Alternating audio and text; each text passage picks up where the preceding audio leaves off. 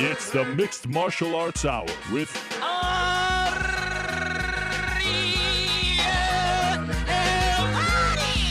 the Mixed Martial Arts Hour back in your life on this Monday, September 28th, 2015. Hello again, everyone. I'm Ariel Helwani inside our New York City studio.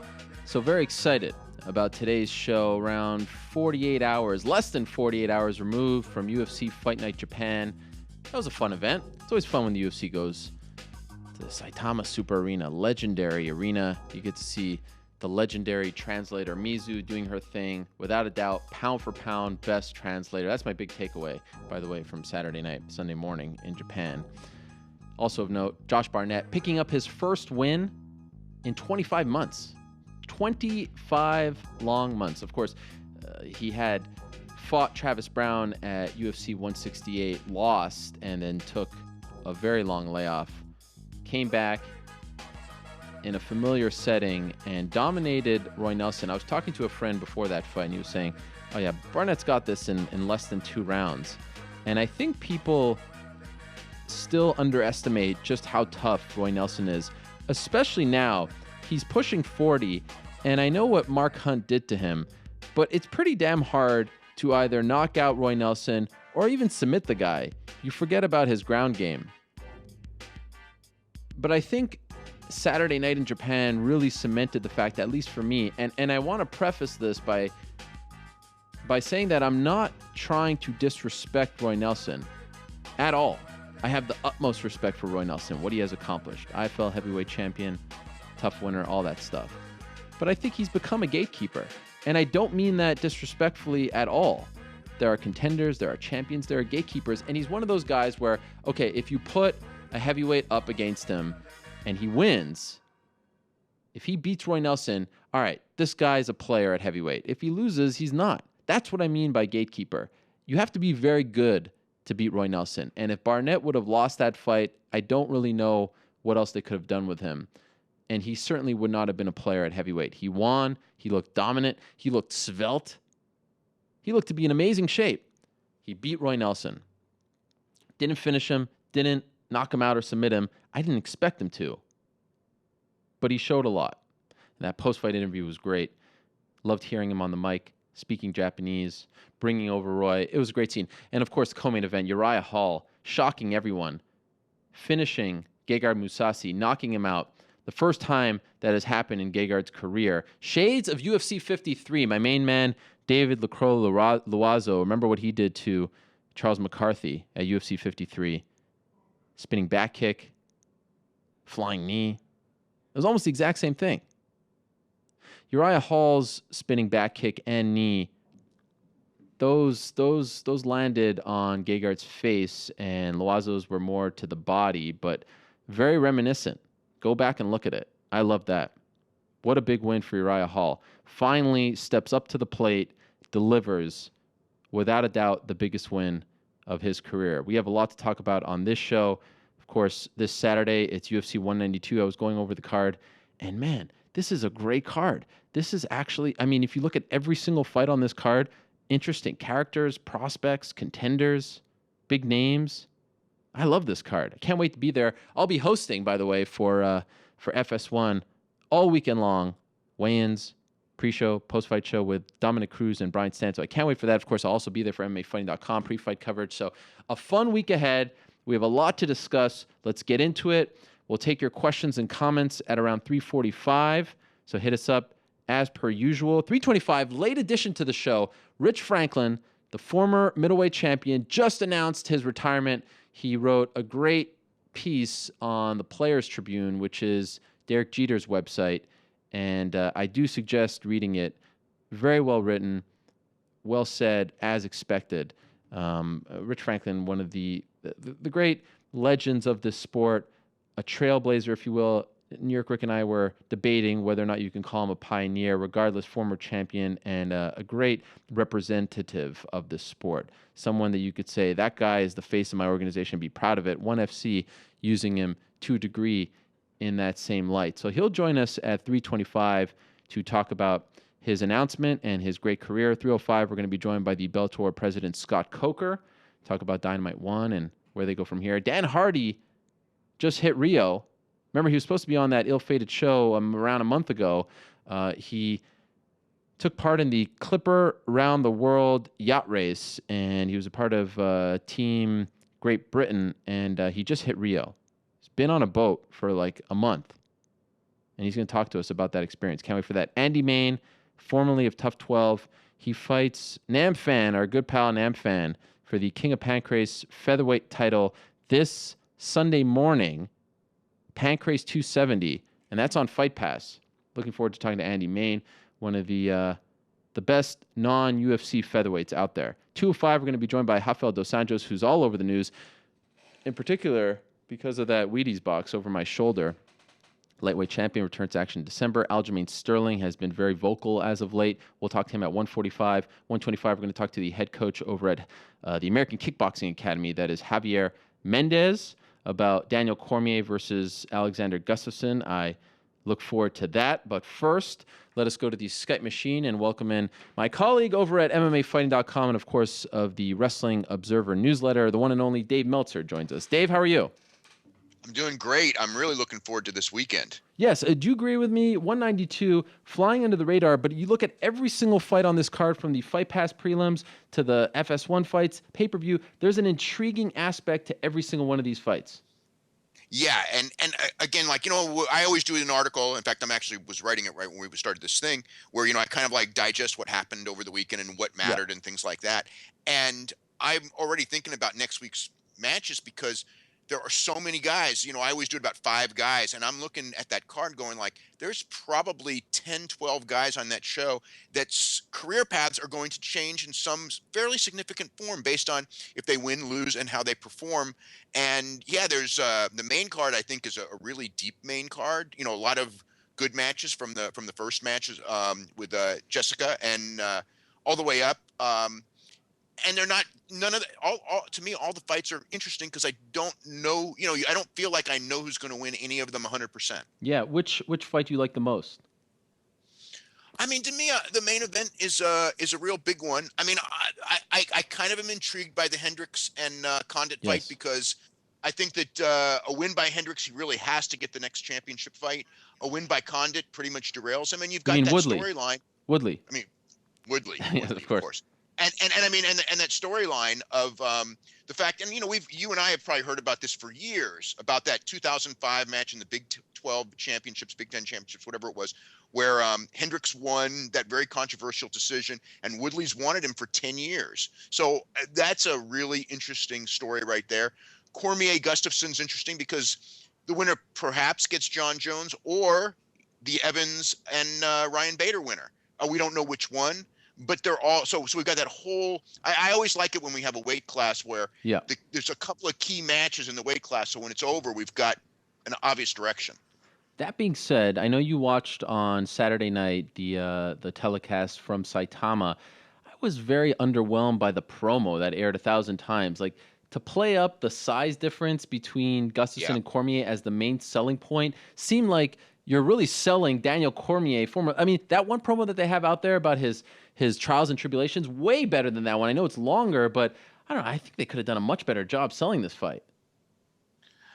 Yeah, well, I mean, that's the funny thing you say. I loved that other promo. Yeah. And they played it. I think they played it once. And the size thing, it's like, we've had size differences. Hey, look, unless it's John Jones, pretty much everyone that Gustafsson's going to fight, he's going to be really tall, next to it at that weight class. And Cormier's a little shorter than some of the guys. It's the same. And I mean, I think that's what intrigues me in the fight, though, is the one thing is the only guy who's ever beaten Cormier is John Jones. And a big part of that was the huge height and reach difference.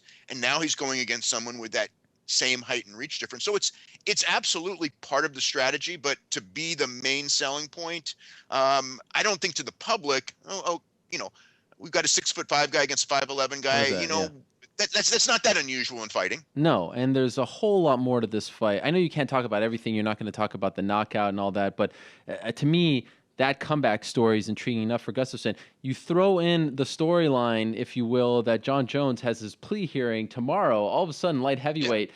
I mean, they couldn't have scripted it better with that happening tomorrow, and I don't want to make light of that at all. That's real life. That's important stuff. But for that to happen, just 5 days before the title fight is, I think, great for the UFC.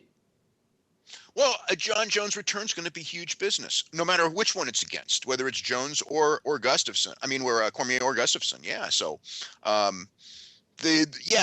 feel a lot of stuff is all falling together this week when it comes to that division. I want to ask you about Rich Franklin. This just happened, so I'm kind of putting you on the spot here, but he just announced his retirement. I think a lot of us were expecting this. Last fought in November of 2012 against Kung Lee. But when I say the name Rich Franklin, what comes to mind?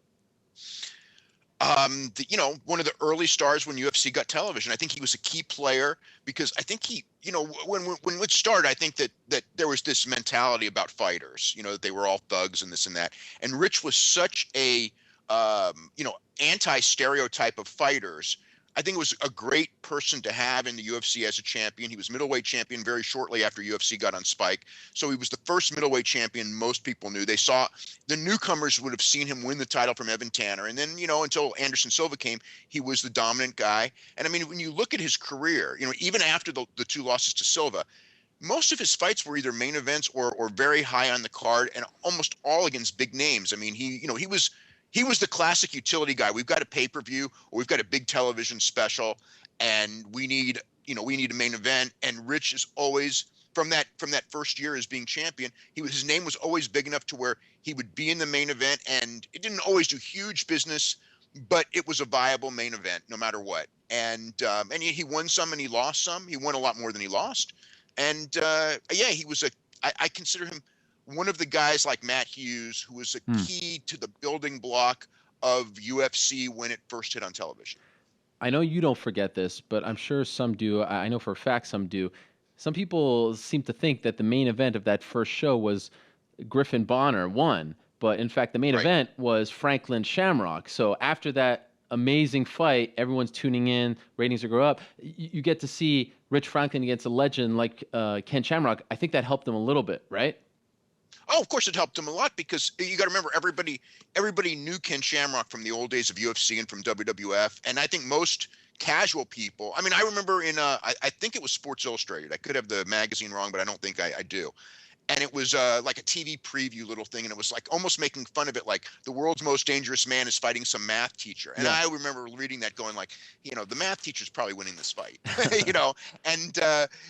because he was younger and all that. And but I thought that, the idea of that and the Mr. Franklin TV commercials, I thought those were kind of cute in the early days of UFC in the sense of like Matt Hughes' Country Breakfast. That's why I kind of put those two together in the sense that those were characters that were made by television commercials right as UFC hit television on Spike. And, that was when the thing started taking off. And who would have thought Ken Shamrock would actually outlast Rich Franklin because he fought just a couple months ago. Yeah. But I could see the UFC. I know he worked for, one championship, but the UFC could use a guy like Rich Franklin in that sort of ambassador role. Great career. I'm looking forward to talking to him a little later on. I want to ask you about Saturday night. Josh Barnett wins. First win in 25 months. What does that win mean for him? And do you agree with me that Roy Nelson is really the quintessential gatekeeper? And again, I don't mean that to sound, I don't want to be disrespectful, but it just seems like you put a guy in there against Roy Nelson. If you beat him, then all of a sudden, all right, you're a player in this division. If you lose, you're not. And that's what I mean by gatekeeper. Yeah, I think that there's a line, and there's guys in all divisions like that. I think Musashi is kind of in that role now. Yeah, good point. In a sense, especially after the losing to Uriah Hall. But in this, because I don't really see now Musashi in any thoughts of even 1-2 fights down the line of a championship fight. But still, you beat Musashi, you're a player. Yeah. And if you can't beat Musashi, look, you're not gonna be getting to the top guys, I don't think. And so I don't think you're disrespectful. I think that's the role that the guy has, especially at this stage of his career.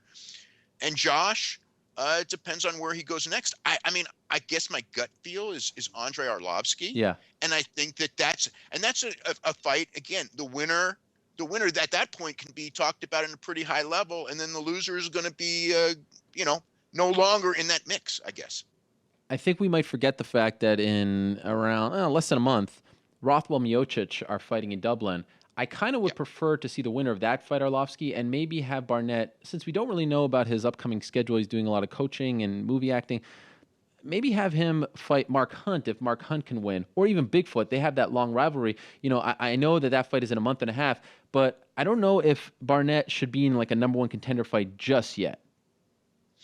Well, I don't know that it's necessarily number one contender fight because we've got Dos Santos and Overeem. Fair And enough. we've got other fights, but I mean, all of those guys are kind of like in the mix in the sense that there's 5-6 guys waiting for the championship, and I think that he can be, with one more win, one of those guys pretty close to that mix. You could put him against Mir as well. Sure. Which would be, so yeah, any of those guys, are Rothwell, if the winner of that fight, and there's a lot of different guys. I think. The first time he fought against Mir at 164, which was his last win, somewhat controversial, so I'm sure they could sell that as well. Are you a believer in him though? Like, do you think at this stage of his career, given the fact that all these heavyweights are enjoying this revival and looking at his new body, which he appeared to be in maybe the best shape of his career, do you believe he can actually be a player at heavyweight? Well, we know his ground skills are good enough to be a player. I think the big question, and with Roy, Roy was such a weird opponent for him because I thought he looked so good in that clinch boxing and knees and everything like that.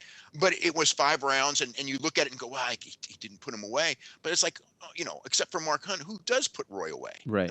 Roy is just so damn tough. If Roy wasn't so tough, Josh probably would have looked a lot more impressive. So that's why I think that we need one more fight to have a judgment on him.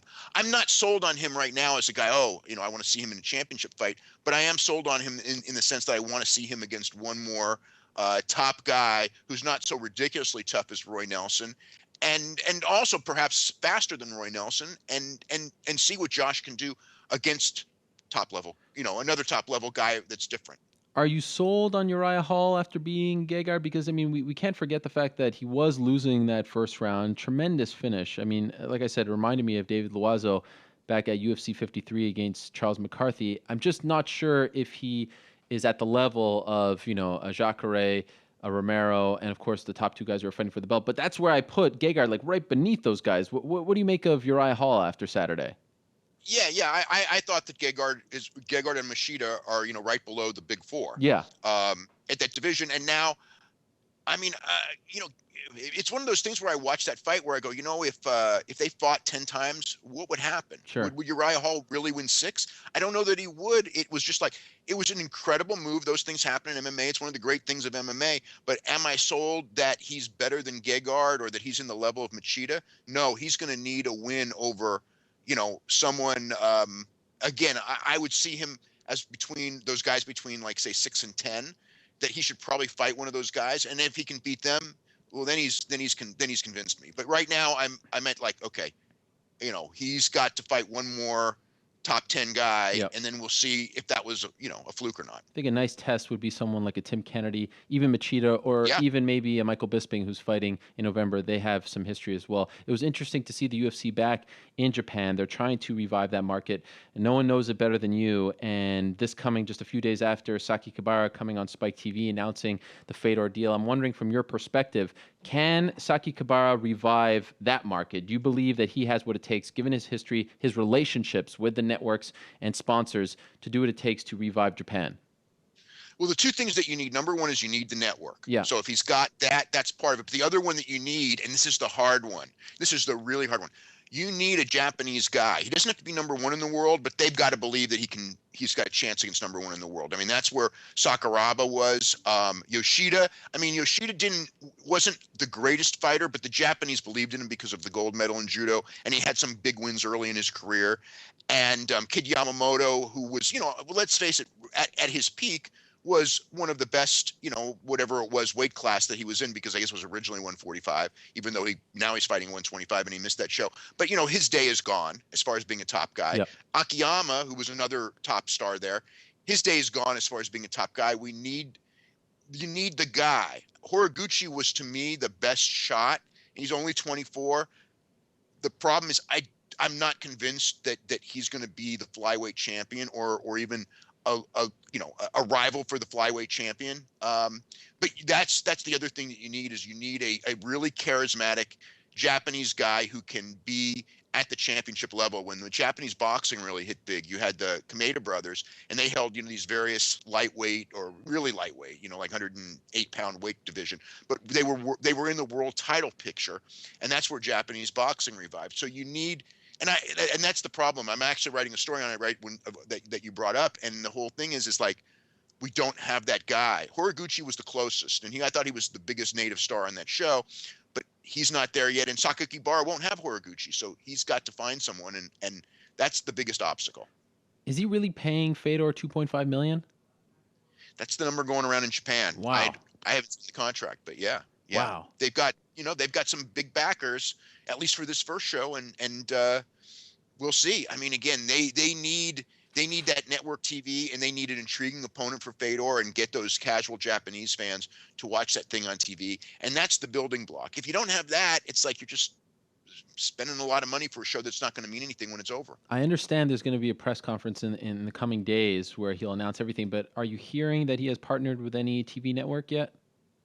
I haven't heard anything. I haven't, not a word, I mean, we hear the rumors of opponents, but nothing substantial. And as far as, TV network there, I haven't heard anything. By the way, what was your reaction when they brought out Fedor and said he'll be fighting on tape delay on Spike TV, not for Bellator, not for the UFC, in 2015 or almost 2016? Like, were you kind of hoping, like many people as well, that we'd finally get to see him in the octagon and it would be kind of the great end to his career? Or do you understand why he did this?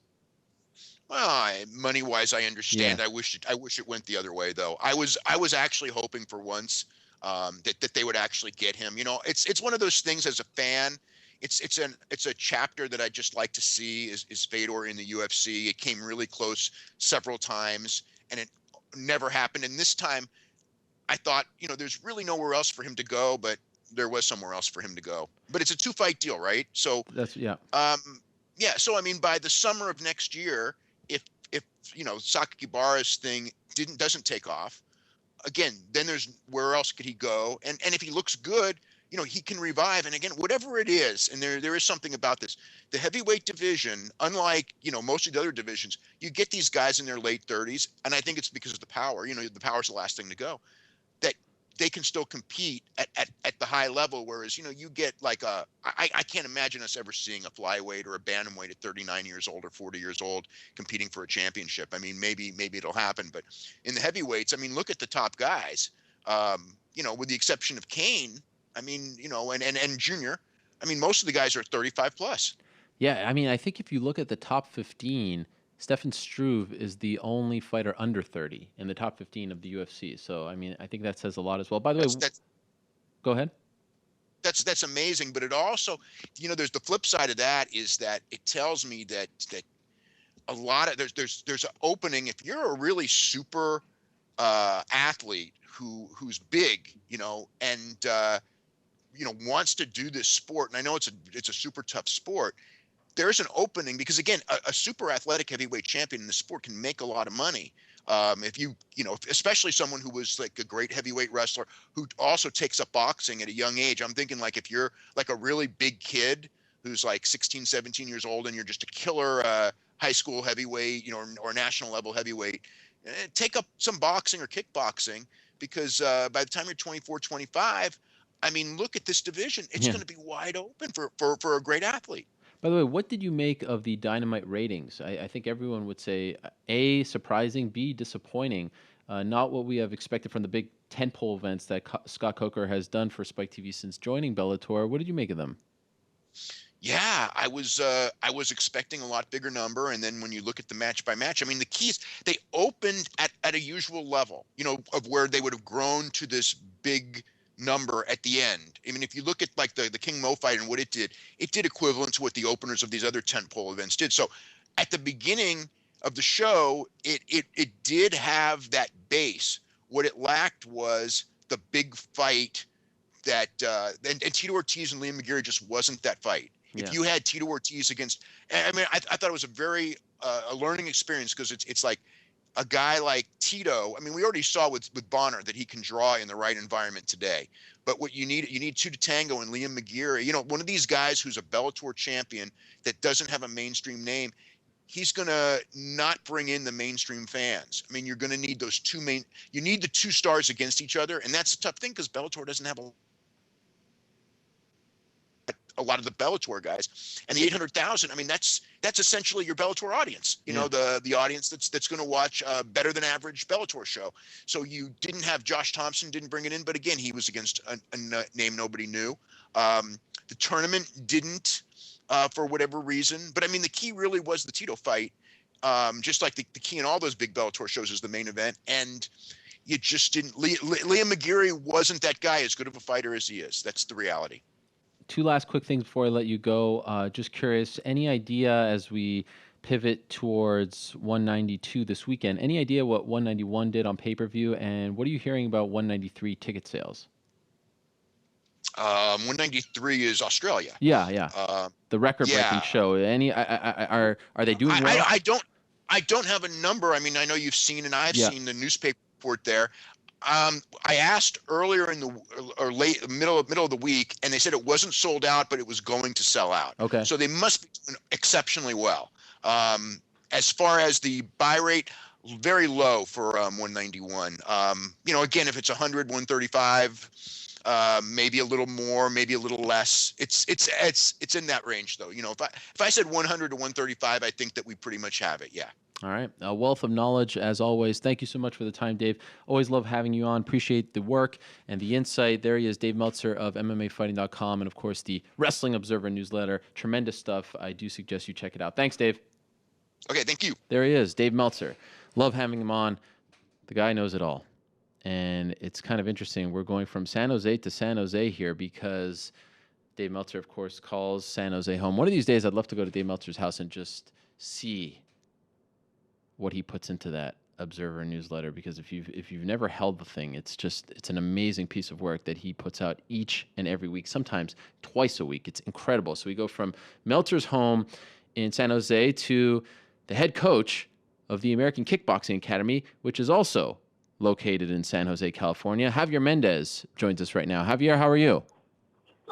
Doing good, Ariel. How are you? Have you ever been to Dave Meltzer's house?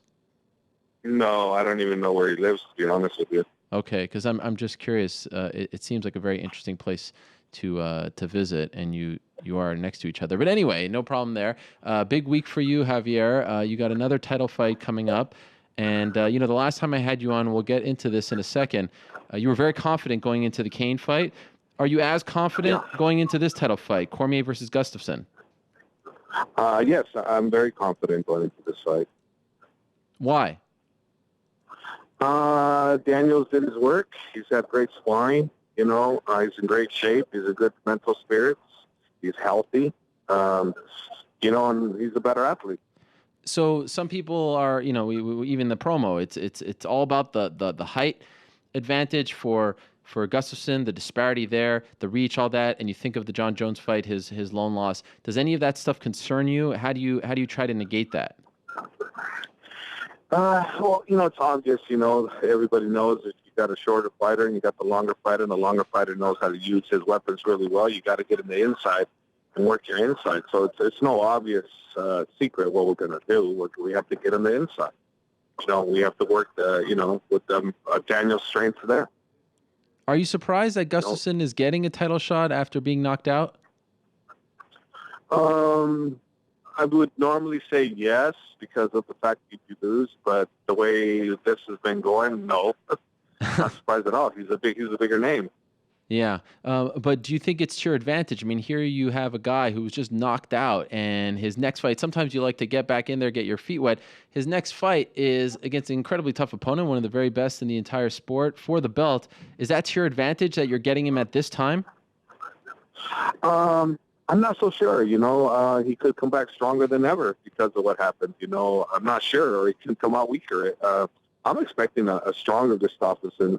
So I would say it's not to our advantage to get him at this time because we got a stronger guy in front of us, from my viewpoint. I'm really curious to see how DC looks because I feel like a lot of people almost forgot just how good he was after the Jones fight, and even him winning against Rumble. You know, there's always that talk that, yeah, he's not the real champion until he beats John. But it seems to me like we because of how he got the belt, everyone is quick to discredit him, and you truly forget just how amazing this guy is, how good he was at heavyweight, how good he was at light heavyweight prior to meeting John. I feel like in some ways he still has something to prove, even though he's the champion. Do you get what I'm saying? No, 100%. He does have something to prove, and by doing what I feel he's going to do to Gustafsson, it's going to show everybody why he is the best guy right now and why he should be the champion, with the exception of Jones being out till he comes back, No, definitely. He's one of the best in the world, and he's proven it. I mean, nobody looks at the stats. If you look at his stats, he's never lost any rounds except when he fought Jones. Everybody else, he's beat every single round. Do you feel like he still doesn't get the love and credit that he deserves? Oh, yeah. Yeah, definitely. He deserves more credit than what he's getting. He's getting some, but he deserves a lot more. I don't think anybody can say he doesn't. I think he's the most underappreciated champion in the UFC. I would say Mighty Mouse just only because the crowd doesn't follow him. And he's an incredible fighter. I would say he isn't, but I would say he's in that group. Yeah, just considering who he has defeated, I mean, Mighty Mouse is tremendous. I don't know if he gets the level of competition that DC faces, but yeah, there's certainly a case to be made there. What about for you, these title fight weeks? Do you enjoy them? Are you nervous? What kind of a person are you on the Monday before one of your guys is fighting for the belt? Well, depending on the opponent, when Cain was fighting Dos Santos all 3 times, I was a wreck.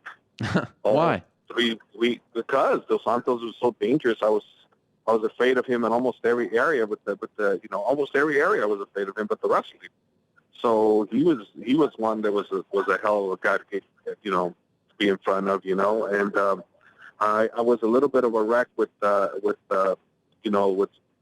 and Machida. I was definitely a wreck when Luke fought Belfort the first time, and it's big fights like that where I think we have a chance to go the other way. That messes me up pretty good. So what about a fight like this? This one, not that bad. Not that bad. I feel very confident in what DC can do. I just don't see Gustafsson knocking DC out. I don't see him submit DC. I don't see him out-grinding DC, and I don't see DC staying on the outside where Gustafsson could use his great kickboxing ability to keep him outside. So I don't see it. There is a case to be made that Alex, as DC has brought up, is overrated because of the fact that his most notable fight performance was against John Jones, a loss to John Jones. I think it was close, but I don't think that's controversial at all. Do you agree with that sentiment? If you really look about it, yeah, because they're making him tougher than what he really is. He is tough, but I mean, let's face it. Look at the stats. The stats speak for themselves. And once DC brought that up, I looked at it, and I looked at it a little different also. Before that, I didn't really, I just looked at him, he's the toughest guy out there, but his credentials of what he's accomplished are not that astonishing. They're really not. He's that good, but he has not met as many quality opposition and mowed them down like his reputation is saying. How much sparring did Daniel do prior to this fight? He did quite a bit of sparring. The majority of it was with Ruslan, who's on the card. Ruslan is fighting Jordan. Yep, Sean Jordan. He did a lot. He did a lot with him. I did some with Cain, and then he had a few with a few other people. Those are the 2 main ones he had, was Ruslan and Cain were the main sparring partners for him on this one. No Luke Rockhold. No, Luke was out busy doing a lot. Luke was there, and Luke was available, but Luke didn't get in there with too much of them. Maybe a few times.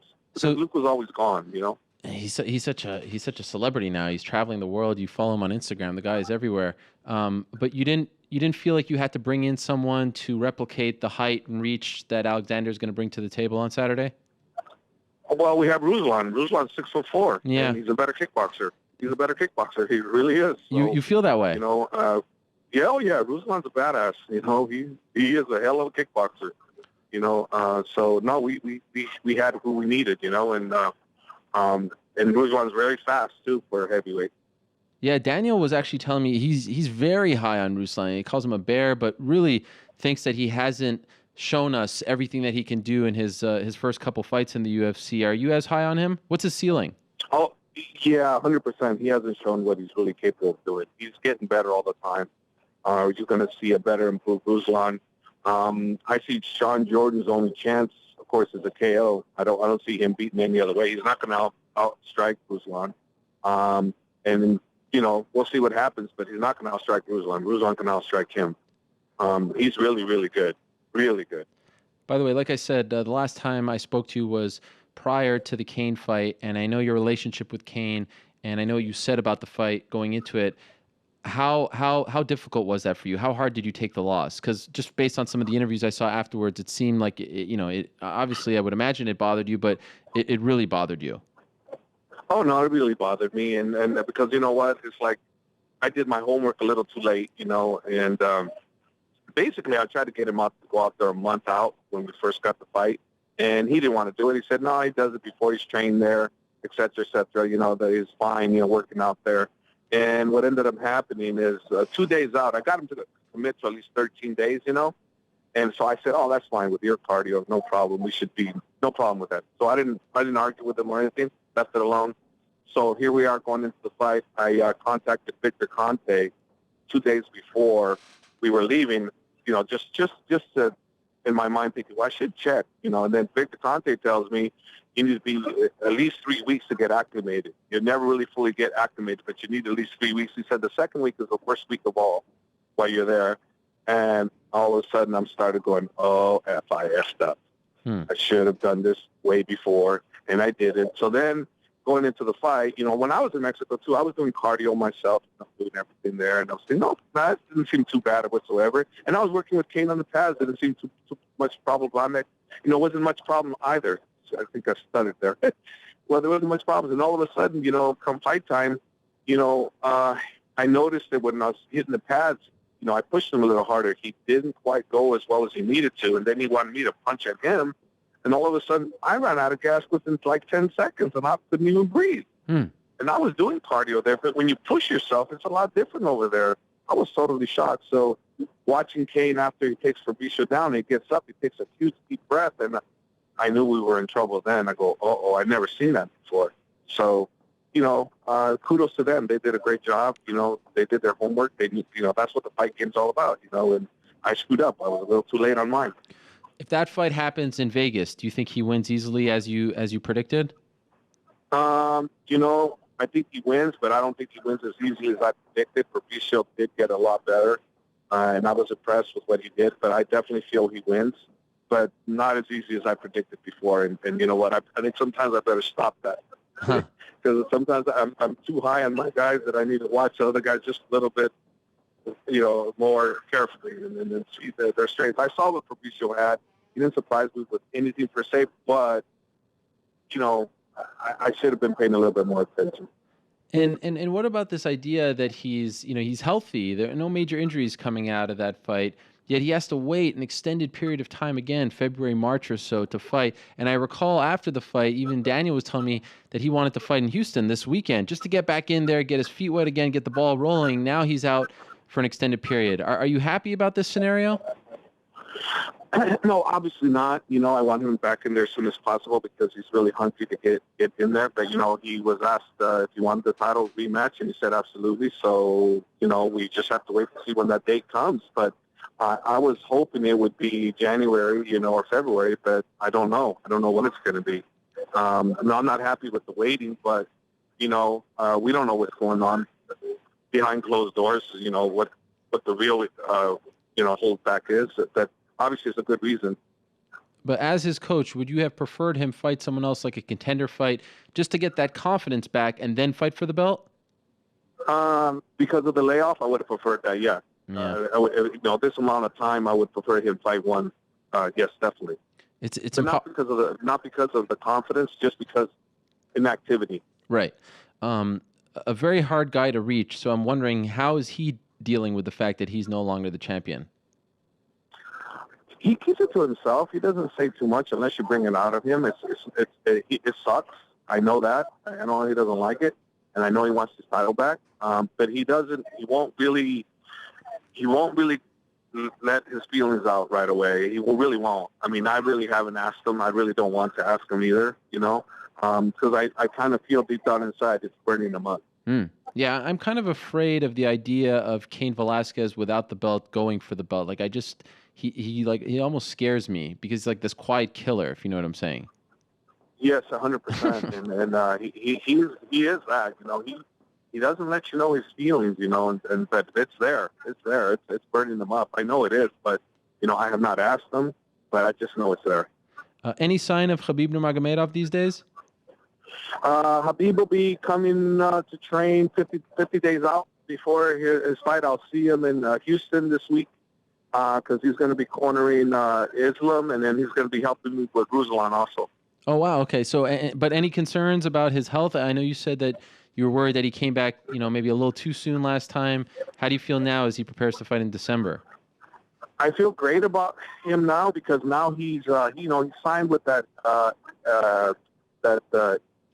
KHK team. Yes. And they're taking really good care of him. They're doing. They have the rehab guys out there on him all the time, and they're doing really well with him. So I'm very happy with it because now I'm very confident that when he comes back, the 50 days out, he'll be ready to go. But I'm definitely 100% expecting him to be the next lightweight, UFC world champion for sure. He, as you mentioned, will be there for Islam Makhachev, who is fighting Adriano Martins. He was at AK, right, for this camp? Yeah, he was with us 6 weeks. Ruslan was with us 8 weeks.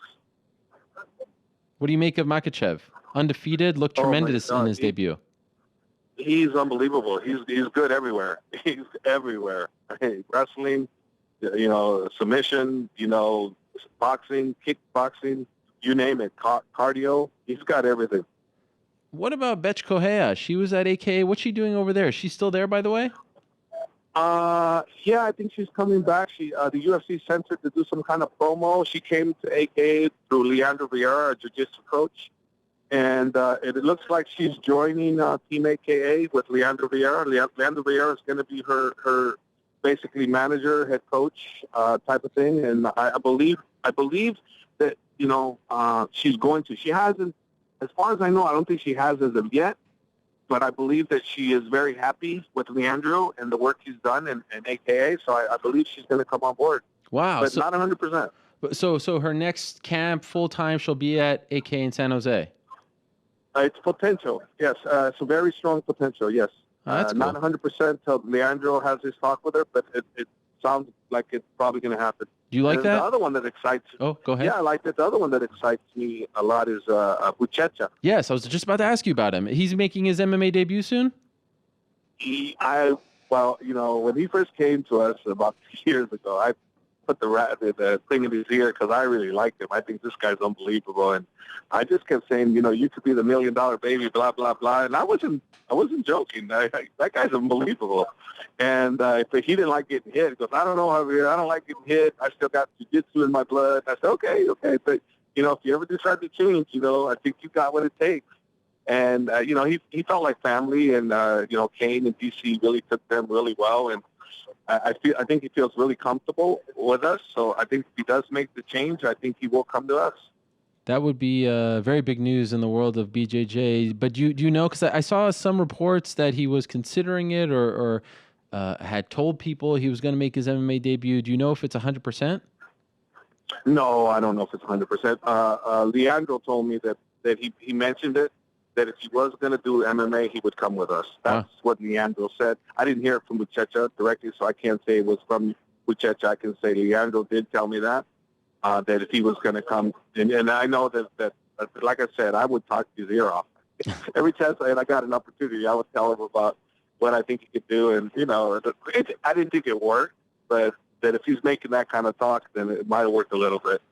Before I let you go, just want to get your thoughts on last weekend. Scott Coker, who you've had a relationship with for a very long time, returned to San Jose for his Dynamite show. I know Josh Thompson was on the card, one of your guys, victorious. What was that like for you to see Coker back in San Jose in that arena, the Shark Tank, SAP Center, whatever you want to call it?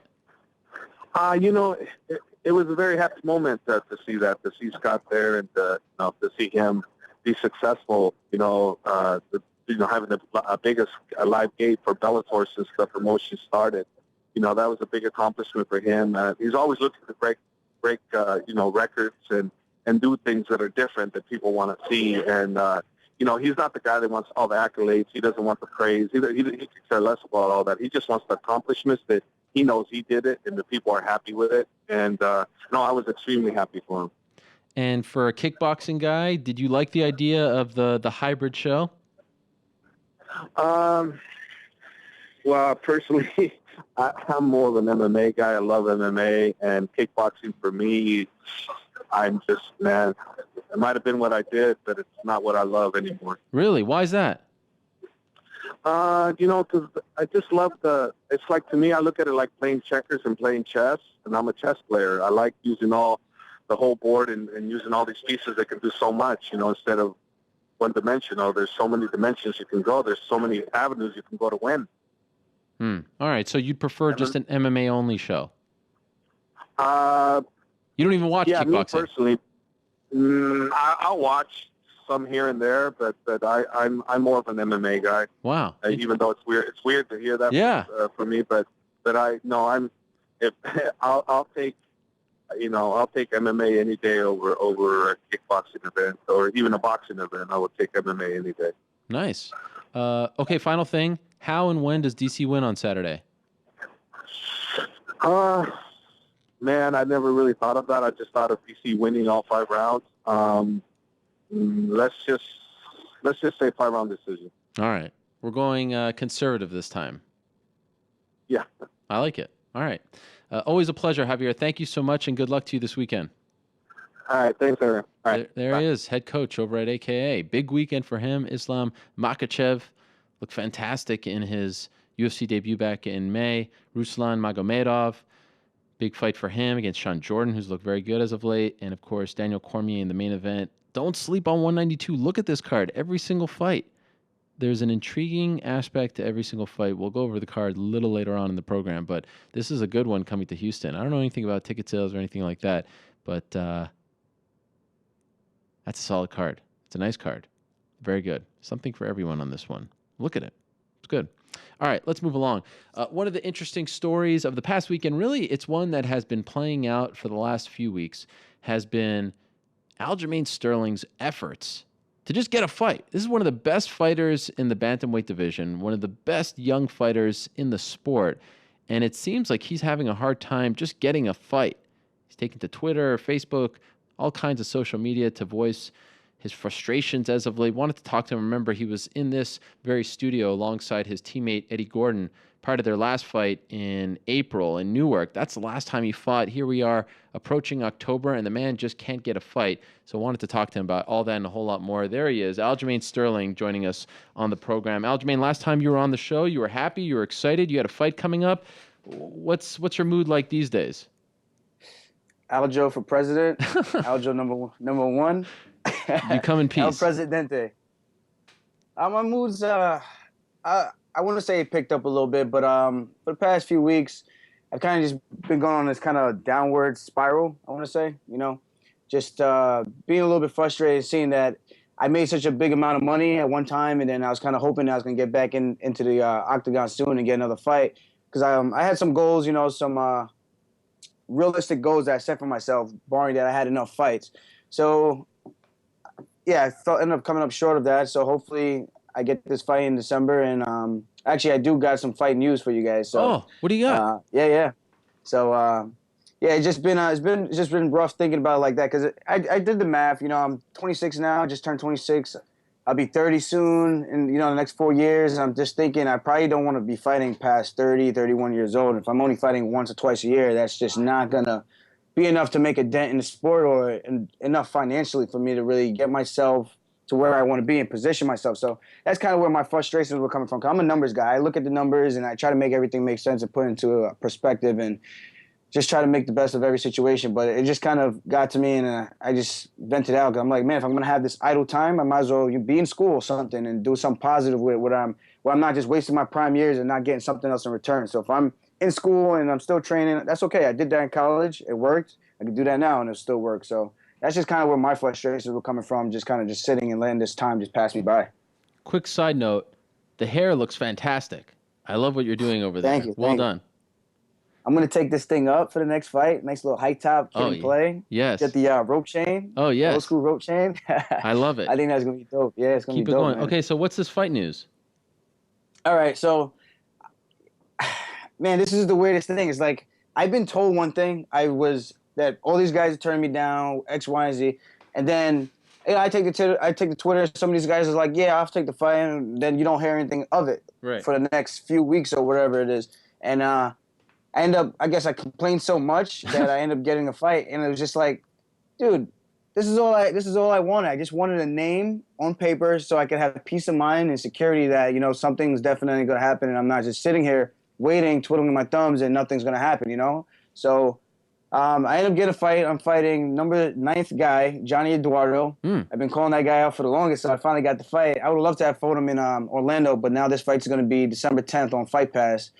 So I think my complaining was good and bad at the same time. I think it worked into my favor that I got the fight, finally got the security, peace of mind.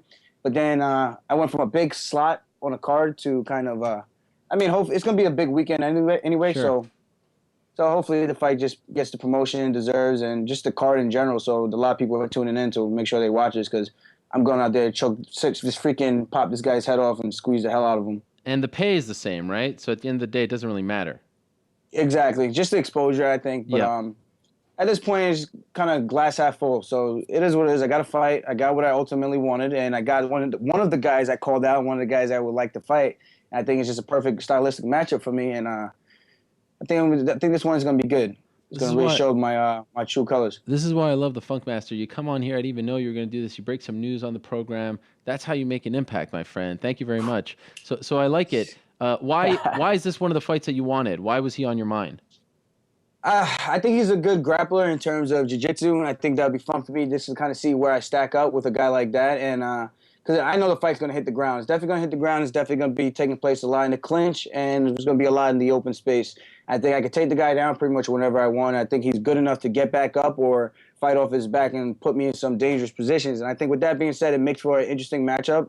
And I think I still definitely pull it out, and I think I still get the finish. I think Father Time has caught up to old man Eduardo by now. And I just think the guy fights once every 2.5 years, once every 1.5 years. It's just there's something up with that. There's something that just doesn't make sense. So it's either the guy is not training or he's training too hard and his body's kind of falling apart on him. So I think it'd be nice for me, a young gun, to come up and take out a veteran who's been around for so long and done so well in the sport of MMA and Muay Thai. So I think it'd be a good fight. It's going to be a fun fight. Speaking of training too hard, like I said, your last fight was in mid-April. Here we are approaching October. You're going to fight in December. I'm assuming you were healthy coming off of that fight. Tremendous win for you in Newark. How have you been able to not push yourself too much? Because, you're frustrated probably. You want to get a fight. You're probably taking it out on some people in the gym, but also you don't have a fight lined up until right now. So how do you play that game? I try not to spar as much. If I'm going to spar, I try to do it with the guys that definitely need the sparring and they don't have anybody to work with. So I try not to beat my body up too much. Right now I'm kind of doing jiu-jitsu competitions. I did one, I think it was last weekend. I ended up getting double gold, gi and no gi. Wow. Congrats. I had 5 matches. So yeah, thank you. I got two finishes, rear naked choke and a knee bar. So that was I think it was a great show, and I beat some tough guys, purple belt division. And I'm going to do the Pans this weekend at 149. So I'm just trying to stay busy, stay active, and just get better in every single area. Just like little stuff, little by little. I think if I get better just a little bit every day, then overall I'm going to be a tough guy to beat. So I just want to stay in that competitive mindset. Competing jiu-jitsu is kind of like going out there for a fight or for a wrestling match. You get the same nerves, the same butterflies. Even if for me, it's like, I don't care. If I lose, I lose. It is what it is. It's not like I'm getting paid for it, and it's not like I'm doing it religiously. Like, the guys who are actually competing, they're doing it pretty much every day. That's what they do. So if I do well, I think it's a pat on my back, and I think it's a feather in my cap that what we're doing over here works. And I think I'm a pretty good student, and I pick things up. I think I pick things up pretty fast. So just got to stay focused with that, man, because this way when I step into the octagon, it's going to be like I never left. I feel like prior to the Mizugaki fight, you were sort of a little bit flying under the radar. That one made you explode. You're in the top 10, whatever, if you want to pay attention to those rankings. Do you feel like now a lot of guys are hesitant to fight you after that fight? And then after, I want to ask you about one person in particular, but do you feel like after that fight, things changed for you? Yeah, I definitely think so. like I said, man, I've been told by the matchmakers that they've been trying to get me fights and they're trying to get the right matchup, which makes sense from a promotional standpoint. It has to make sense, and I think it has to be. It has to be a guy that's ranked, and it has to be a fight that makes sense. But with all the injuries and everything, and then me being told that guys are turning down fights, so it's kind of like makes me think like I don't know what the hell what's happening or what to believe. So now I got this fight, and it's kind of like, man, if it was that easy, man, I wish we could have just done this from a while ago. But actually, I actually forgot the question that you originally asked. That's fine. Let me ask you about Brian Caraway. I was told turn down the fight. He told me he was never offered the fight. Was he? See? Okay. What do you make of that? But that's my point. He comes on. Misha Tate comes on. They're saying, "Oh, we were never even offered the fight with him or Manny Gambarian." So for me, it's like, well, I don't know who to believe. I'm getting told one thing by the guys who run everything in terms of matching everybody up, and then I'm hearing them say something else. It's just kind of like a well. Who it's just kind of like a I don't even know. It's any meeny miny mo at this point who you want to pick and believe. So I don't know. I hope I was offered the fight. He said he wasn't. So I asked for the fight. I thought it was the only fight that made sense with everybody that was hurt and just the state of the division and his style of grappling. I think the guy is really tough. I might bust his balls about his stand up, and I think it's pretty horrendous. But for the most part, you don't get to be number 6, number 7 in the world by being a slouch. So. I think he's very good at what he does, which is grappling. I think I'm very good at what I do, which is grappling. So I just think overall it would be a fun fight. Is that Misha Tate in back of you on that calendar? Oh, yeah. No, I'm joking. Oh, it's Ronda. There she is. It's Ronda Rousey. After Eduardo, oh, that's cool. Where are you right now? I'm in the office right now. Oh. I'm in Chris Weidman's oh my gosh.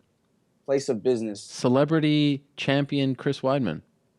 Yeah. Has he changed?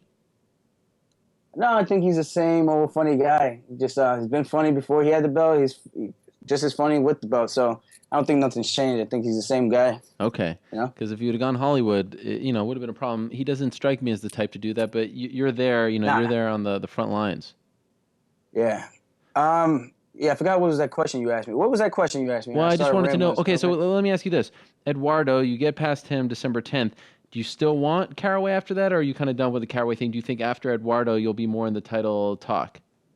Oh, personally, I just think Caraway doesn't want to fight. I think he has Misha Tate doing super well for herself right now, and that's not a knock on her, and that's not a knock on him. It's just I think she's doing really well, and she's probably the breadwinner at this point for those guys. So I think it's okay for him at his age where he's kind of like, oh, well, I don't need to fight up-and-coming guys where they're much younger, probably much faster, and they're probably just as good at what they do that I do.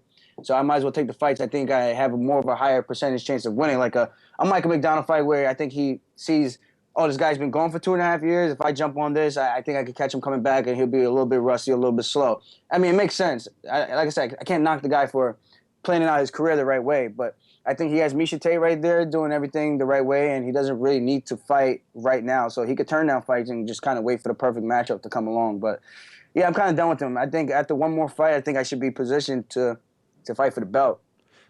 You went on social media last week. You were very frustrated, and of course, you got what you wanted. So I guess it all worked out. Look at that! It's nice, man. It is tight. I did this myself. Get out of here. Yourself? I swear to God. Wow. I did this myself. How did you do that? It's all right, though.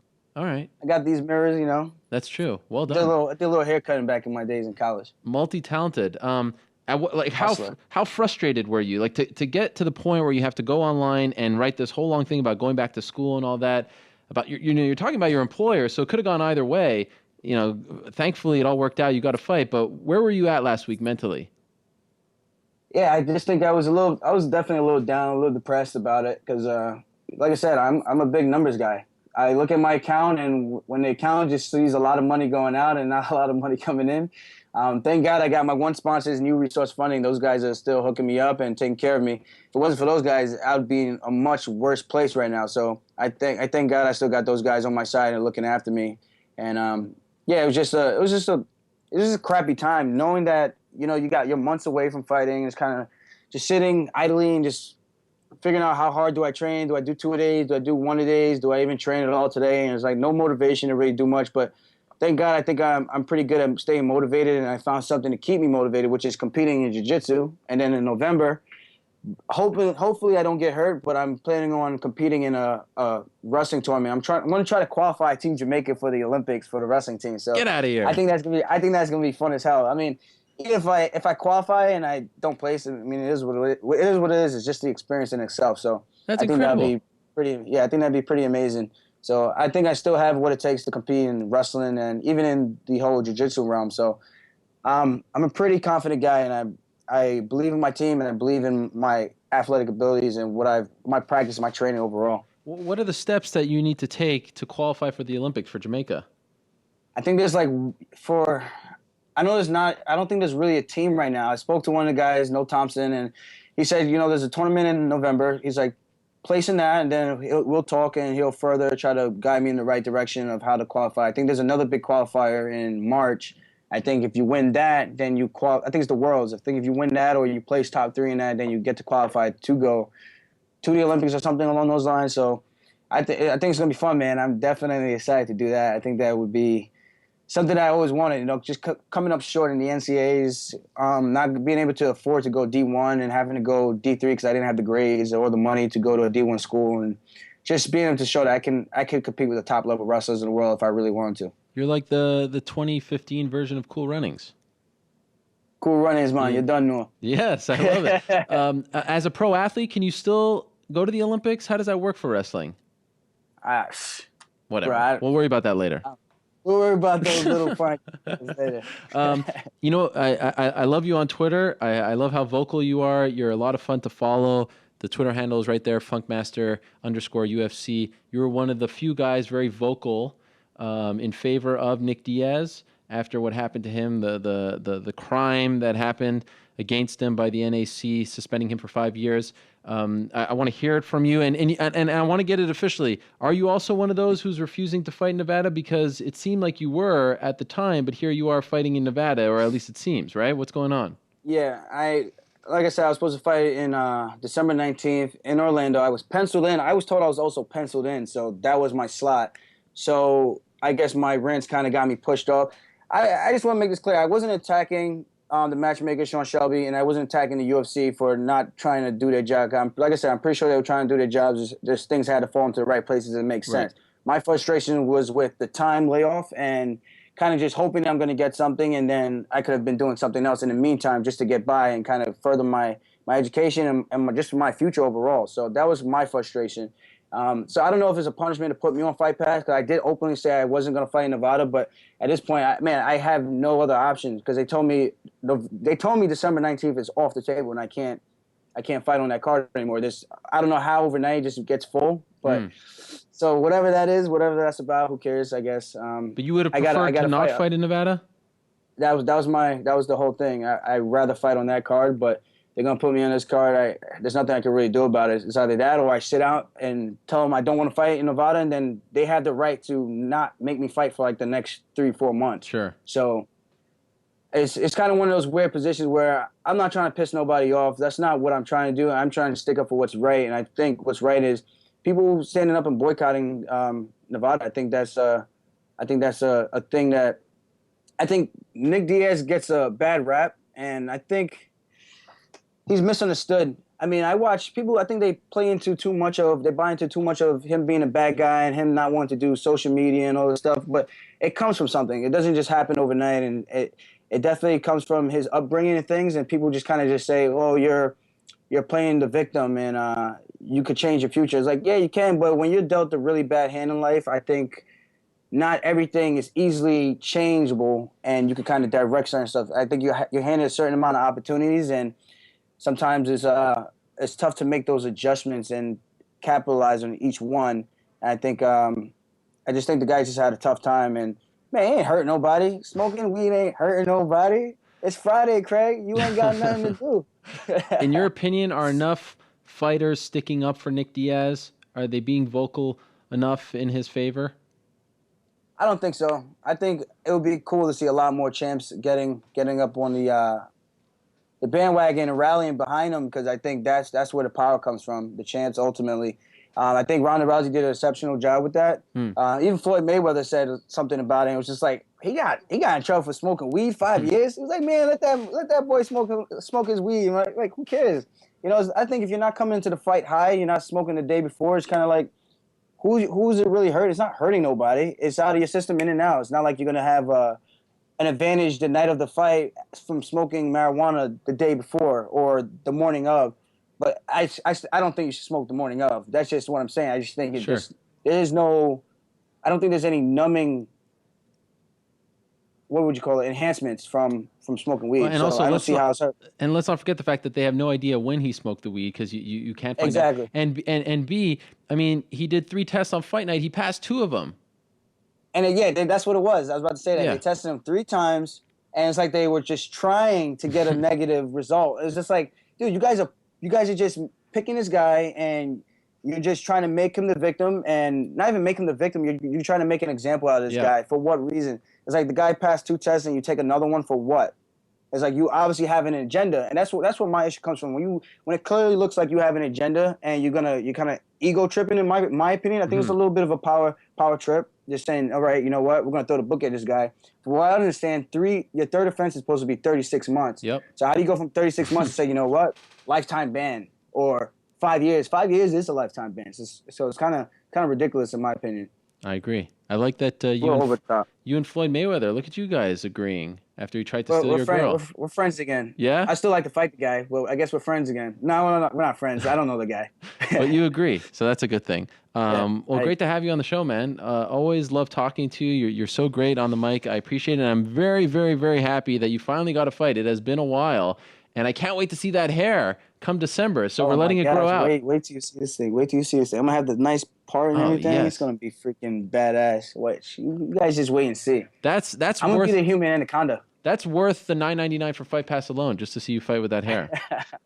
Congratulations on getting the fight. Great job as always, and looking forward to it December 10th in Las Vegas. Thanks for the time, man. Thank you, guys. All right, there he is. Aljamain Sterling, one of the very best at 135 in the UFC, and he breaks some news. He finally has a fight. He has been very vocal, trying to get a fight with virtually anyone that made sense for him. And late last week, he went to Twitter. He went to Facebook. He voiced his displeasure with the whole situation. And wouldn't you know it, Sean Shelby listens, and he gets a fight. How about that? Beautiful. Congratulations to him. All right, let's move along.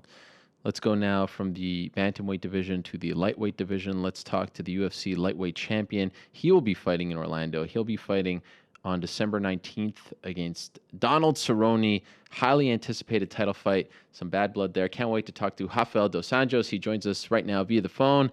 RDA, how are you? Hi, Ariel. Thanks for having me. I'm doing great now. Great to have you on the show. By the way, since you've become this big star now, a lot of people calling you RDA. Do you like when people call you RDA? Yeah, of course. I don't have any nicknames, and I think that was the first one. People started calling me like RDA, and I didn't like it. I like it. Okay. I just want to make sure. So we booked you on the show a few days ago, and a lot to discuss with you. But then this morning I wake up, and all kinds of new things happen. Between you and Anthony Pettis, you tweeted a picture of his Wheaties box, which I actually have right over here. The Wheaties box, which had Anthony and his belt on the cover, and you kind of said, beware of the expired box. He comes back with a Frankenstein joke on another box. I mean, where is this all coming from between you and Anthony? Why did you feel like you had to do that? Yeah, it was just a joke. I was at the supermarket with my son, and he was asking for some like a cereal box, and then we was looking for some boxes. And when I saw his picture on the box with the belt, and I felt like kind of fun. And then I asked my boy, "Hey, do you want of that?" He said, "No, this one should be expired. That one is old." And then I just thought it was fun, and I posted, and it's just a joke. Was this in response to him, actually to Donald Cerrone saying last week on the Joe Rogan podcast that Pettis reached out to him and said that he'd love to help Donald prepare for you because he hates your guts and all this stuff? Was that why you did it? Did that bother you, that comment? Not at all, man. I think it was because of that. I just made a joke too, And I think he's just confused. because he's talking about the goal for 145 to face McGregor. And he's kind of confused. He want a rematch with me. Actually, he doesn't know what he wants. And also, I think it's the only way for he get his belt back is if he helps Cerrone, because he know he can beat Cerrone, but he cannot beat me. That's and it. I think the only way that he can get his title back if he helps Cerrone get the belt, and then for sure he'll get back from Cerrone. But I think it's the only way that he can get his belt back. Do you think that you made him a confused fighter? I mean, he had so much confidence. I remember when they unveiled this Wheaties box, he was on top of the world, then he meets you, and things have changed since, obviously. Do you think that what you did to him in Dallas made him not really sure where he's at in his career?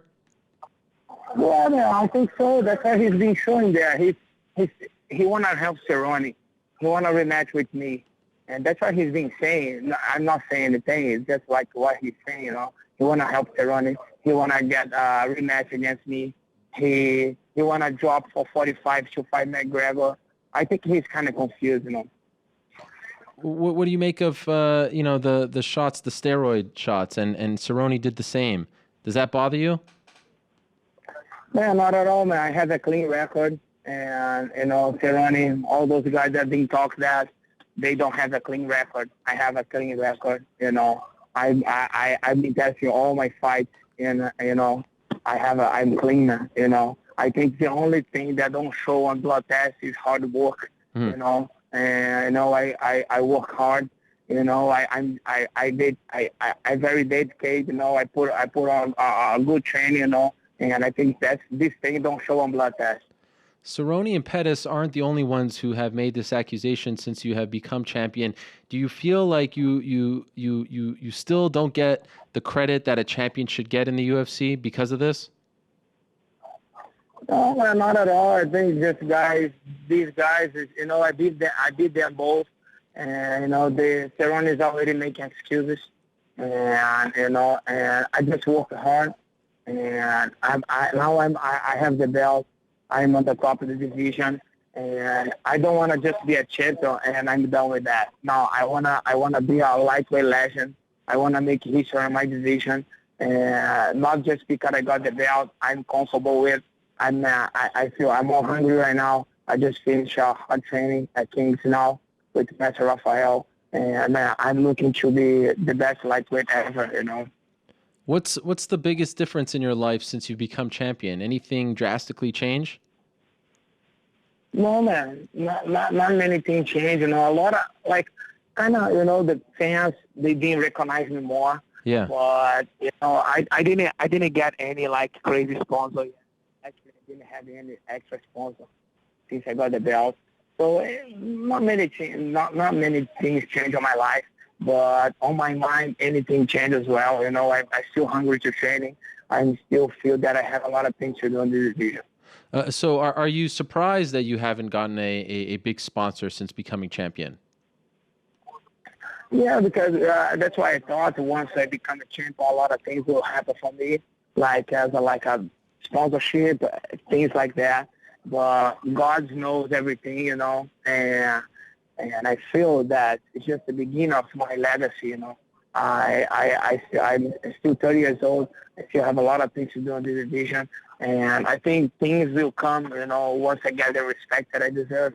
Once I start keeping my belt for a long time, I will get this thing will happen like normal, you know. I can't force those things. And my goal is keep my belt, keep working hard, and you know, making my friends and my team proud of me. So where are you at health-wise here? Because I know you were banged up after the Pettis fight. You were actually banged up going into it, and of course afterwards. Are you 100% yet? Yeah, I'm 100%. I just finished a hard session here at King's. Okay. We just finished 5 rounds of 6 minutes, meets, ground game, wrestling, and I feel 100% right now. I'm 3 months away. Weeks going down. You know, I lost 14 pounds in 4 weeks and feeling great. You know, my knees 100%.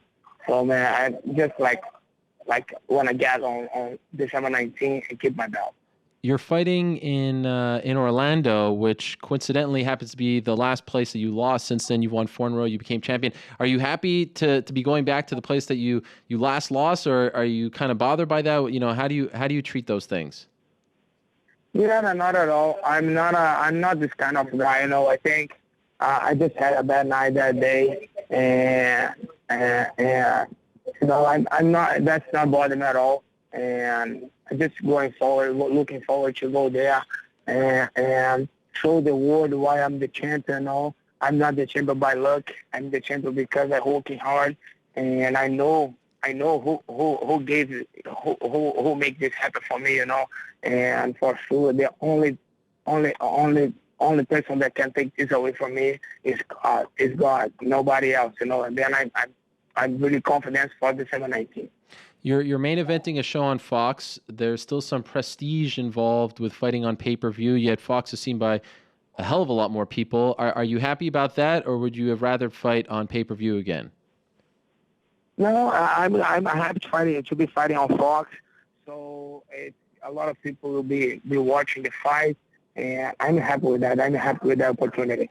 So very interesting scene in Las Vegas just a few weeks ago at the Go Big press conference. You were all over the place. I first want to ask you about the stare down between you and Donald. I'm actually going to play it right now as we speak. It was one of the very best of the entire afternoon, and it seemed like you guys were saying some stuff to each other. What did you say to him, and what did he say to you? Yeah. First of all, he said to me to stay healthy, and I told him you too, and he told me that he told me to stop talking shit. But you know, I'm not talking shit. He's been talking shit, and he's making accusation. And I just say, man, you're not gonna get any closer to this belt than now. You know, and that's what I told him. And then I put that belt on my shoulder. And then I told him, you're not gonna get any closer to this belt. I like that out of you because you, for the first time, it felt like as champion you were being confident, a little bit cocky. I liked seeing that side of you. Yeah, man. You know, I just wanna, you know, people don't believe in me so much, but I'm glad I have like friends, I have teammates, I have my family that believe in me so much. They see how hard I work. And, you know, man, I got to show some confidence. I'm confident, and I just told that guy the truth. You know, he fought for the WC belt twice, and I think he's just happy to be fighting for the title. And for me, it's like he was saying on Inside MMA, he told that he don't give a shit for being UFC champion. And I give a lot of value to it. You know, that's how I support my family. It's my life, and it's not this kind of guy that's going to take my belt away. In the past, as you alluded to, some have said that, you know, when and he's even talked about this, when he gets to the big fight, he stumbles. But as of late, he's looked very good. Do you feel like that old Donald is still there? Like he's going to get to the title fight and stumble, something mentally is going to go on, he just overthinks it? Or do you think that he's changed a little bit? He's matured, he's evolved as a fighter, and especially mentally? No, I think he's still the same guy. You know, I think it's like a soccer player, a good soccer player, when they are on the finals and he has a penalty to score, has that chance to score, and he's gonna kick the ball out of the goal. I think he's that kind of fighter, you know.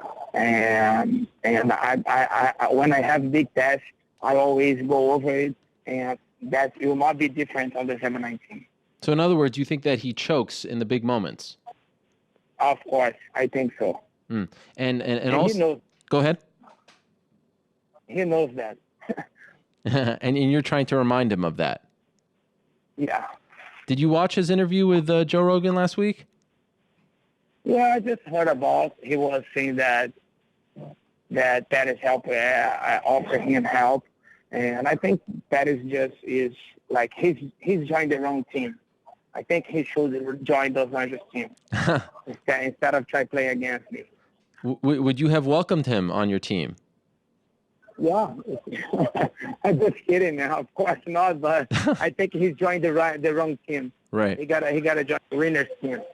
And then what about that scene with Conor McGregor? I thought for a second you're usually a calm guy, But then when he started talking about your wife and everything, I thought that things were going to escalate. What was going through your mind when he was saying all of that stuff to you at the press conference?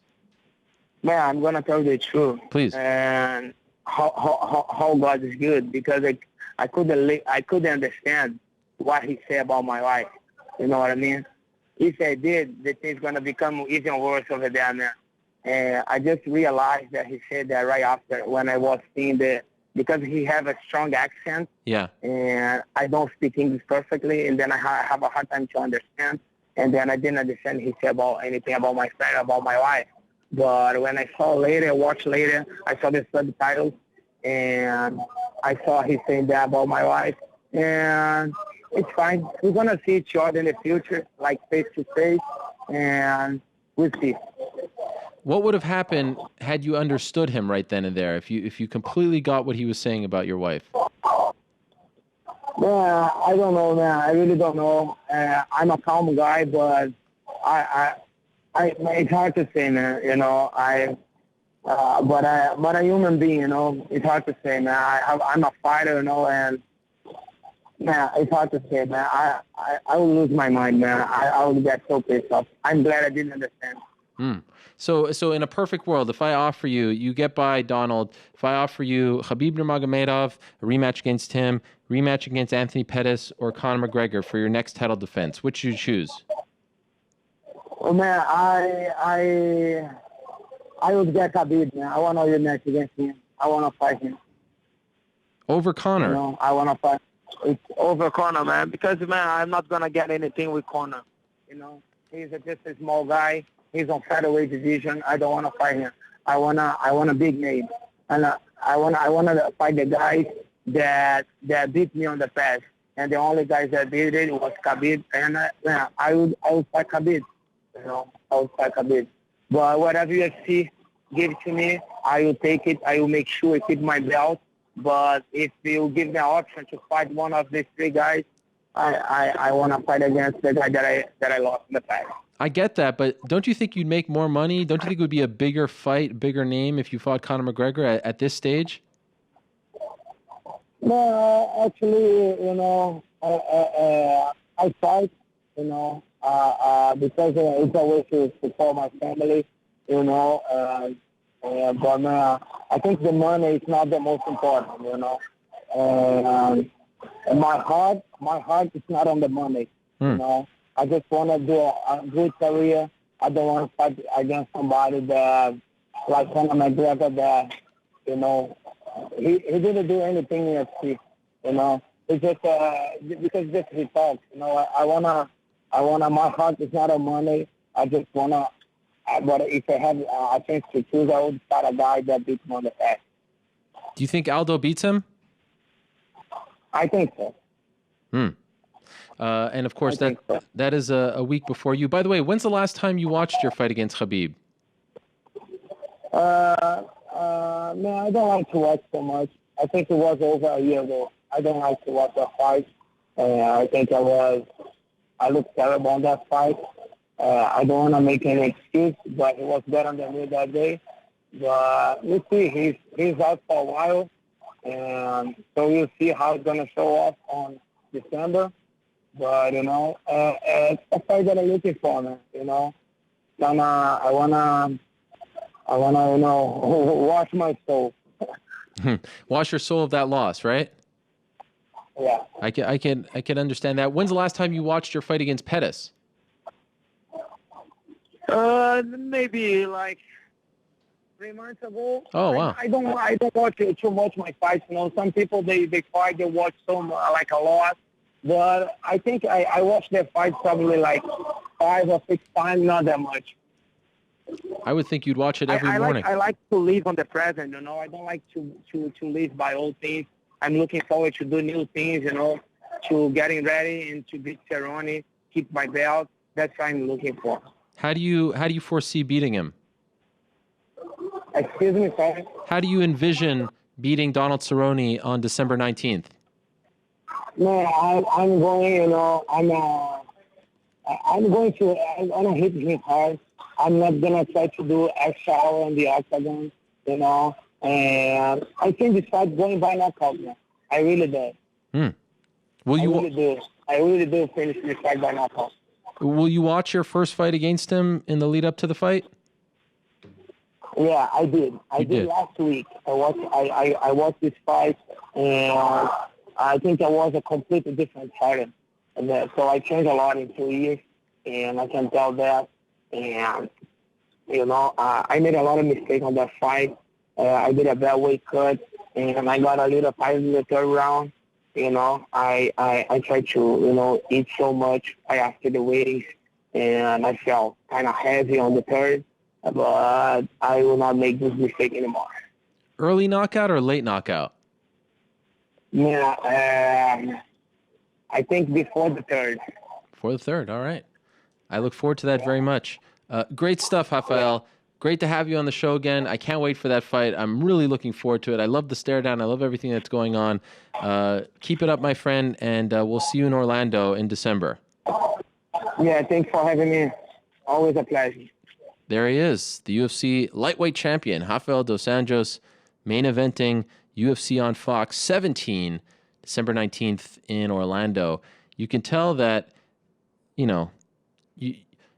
there's only so many shots that you can take from all directions. And I mentioned earlier that Daniel Cormier, in my opinion, is the most underappreciated champion. It was interesting on UFC Tonight, we actually spoke about that. Cormier picked RDA for that answer, and you could certainly make that case as well. It feels like people think that he either cheated his way to the title, got lucky against Pettis, hasn't done enough to prove himself, which is kind of crazy, just given the fact that in his last 3 fights alone, he defeated Benson Henderson, Nate Diaz, and Anthony Pettis. Prior to the Khabib loss, defeated Donald Cerrone, Evan Dunham, who's looked good as of late. So the guy has been rolling, and it still feels like people aren't sold on him 100% for whatever reason. He even talked about the sponsor thing, which I thought was very interesting. I probably would take the Conor fight. That's by far the biggest fight that really anyone, it's Conor and Ronda at this point, but got to respect the guy who says he wants to clean his soul of his last loss, and that was to Khabib in Orlando, of all places. So that's an interesting subplot as well. Khabib returning on December 11th against Tony Ferguson. What an amazing 2-week stretch that is going to be. December 10th, just found out that Aljamain will be fighting Johnny Eduardo on that card, and then you got December 11th. December 10th, of course, is headlined by Paige Van Zandt against Joanne Calderwood. December 11th, Chad Mendez, Frankie Edgar, and then Jose Aldo versus Conor McGregor. And the following week on Fox, great card as well. RDA versus Donald Cerrone for the belt. This Saturday is UFC 192 in Houston, and we have a fun little stretch coming up fun little stretch of hours there because it's 192, great card, as I've been talking about all show long.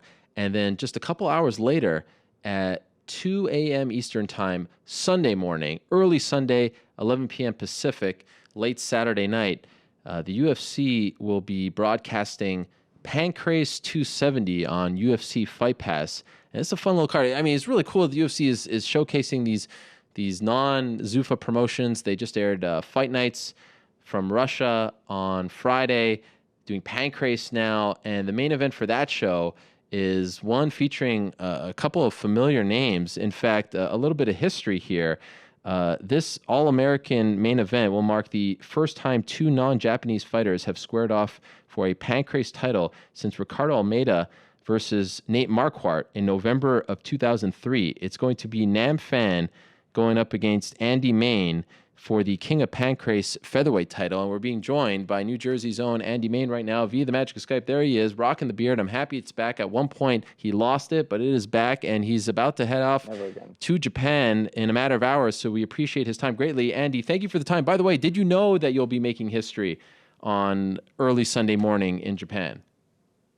I did, yeah. I was really excited about it when I found out. I didn't even realize that. Obviously, I know a lot about the history of Pancrase and everything, but yeah, when I found out that this was the first time since Marquardt, Ricardo Almeida, which was kind of like, for me, one of the most iconic fights in Pancrase history, and that it would be the first time 2 non-Japanese would be squaring off. I was pumped to hear that and to be a part of it. What's been your experience like with Pancrase? Legendary promotion, as you said. They've been around forever. So many great fighters have come out of there. You've been with them for a little bit now. What's it been like? It's been incredible. Yeah, I mean, I was absolutely thrilled when I got the opportunity. It was actually two ironic things. One, the first was that literally about a week prior to me getting the call to fight out there for the first time, I had gone to my manager at the time asking if there was any opportunities for me in Japan, just because as a, lifetime martial artist, really a martial artist to my core, and a fan of, Pride, Pancrase, Shudo, Dream, all those Japanese events, I really wanted to be a part of that event.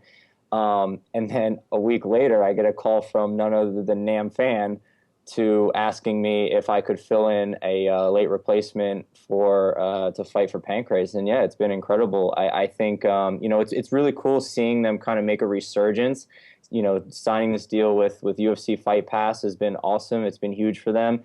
And I think this, along with the recent announcement of the creator of Pride coming back and creating whatever he's got under wraps, and Fedor getting involved. I mean, it's just an awesome time to be involved with Japanese MMA.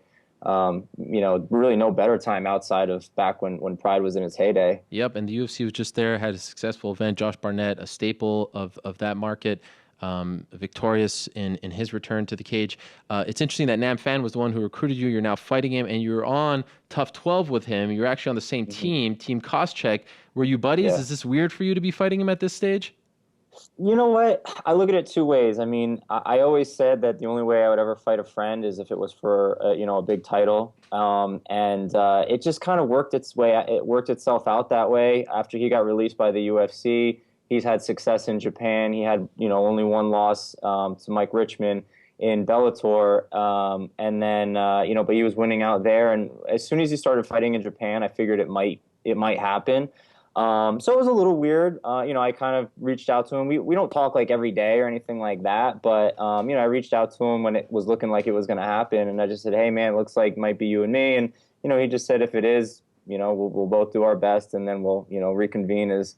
Whatever relationship we had prior to the fight. But yeah, it's just crazy how it worked out that way. And the other way I look at it is, had Nam and I both done our best back in 2010, we would have been fighting anyway for the Ultimate Fighter prize. So, it sort of just came full circle, and it is what it is, and hopefully going to be a fun fight. Speaking of history, you were a part of history for this very show. You were a part of the very first live episode of the MMA Hour. I don't know if you remember this. This was back in the AOL days. We had the whole team there, Miller Brothers. It was great to have you there. But you were fresh face. You were a youngster. I was fresh, and shortly, I remember you were like super shy and everything. And the bright lights of the MMA Hour was a very big deal. And shortly thereafter, you get on Tough. And it's interesting. Yeah. I could imagine even a somewhat hardcore fan might have forgotten that you were a part of Tough. And I remember watching that show in particular. I was a lot more interested in Tough back then, but just because you had been on the show and I knew of you, right. This area, you were a complete non-factor on the show. Like, you never got any airtime whatsoever. Why was that? Why did you completely fly under the radar on that show? And how do you look back on your experience on Tough? Well, I think that first of all, I do remember that show with Charlie yep. and Mike, a couple of the guys on the show, and that was a good time. And just looking back on Tough, I mean, I think the reason I kind of flew under the radar was because in my heart, like I knew I wasn't really ready to compete with guys at that level. Like on any given day, I could submit anybody or knock anybody out, but I had only been fighting for less than a year. It's almost like, yeah, I like having that attached to my name, having had that experience.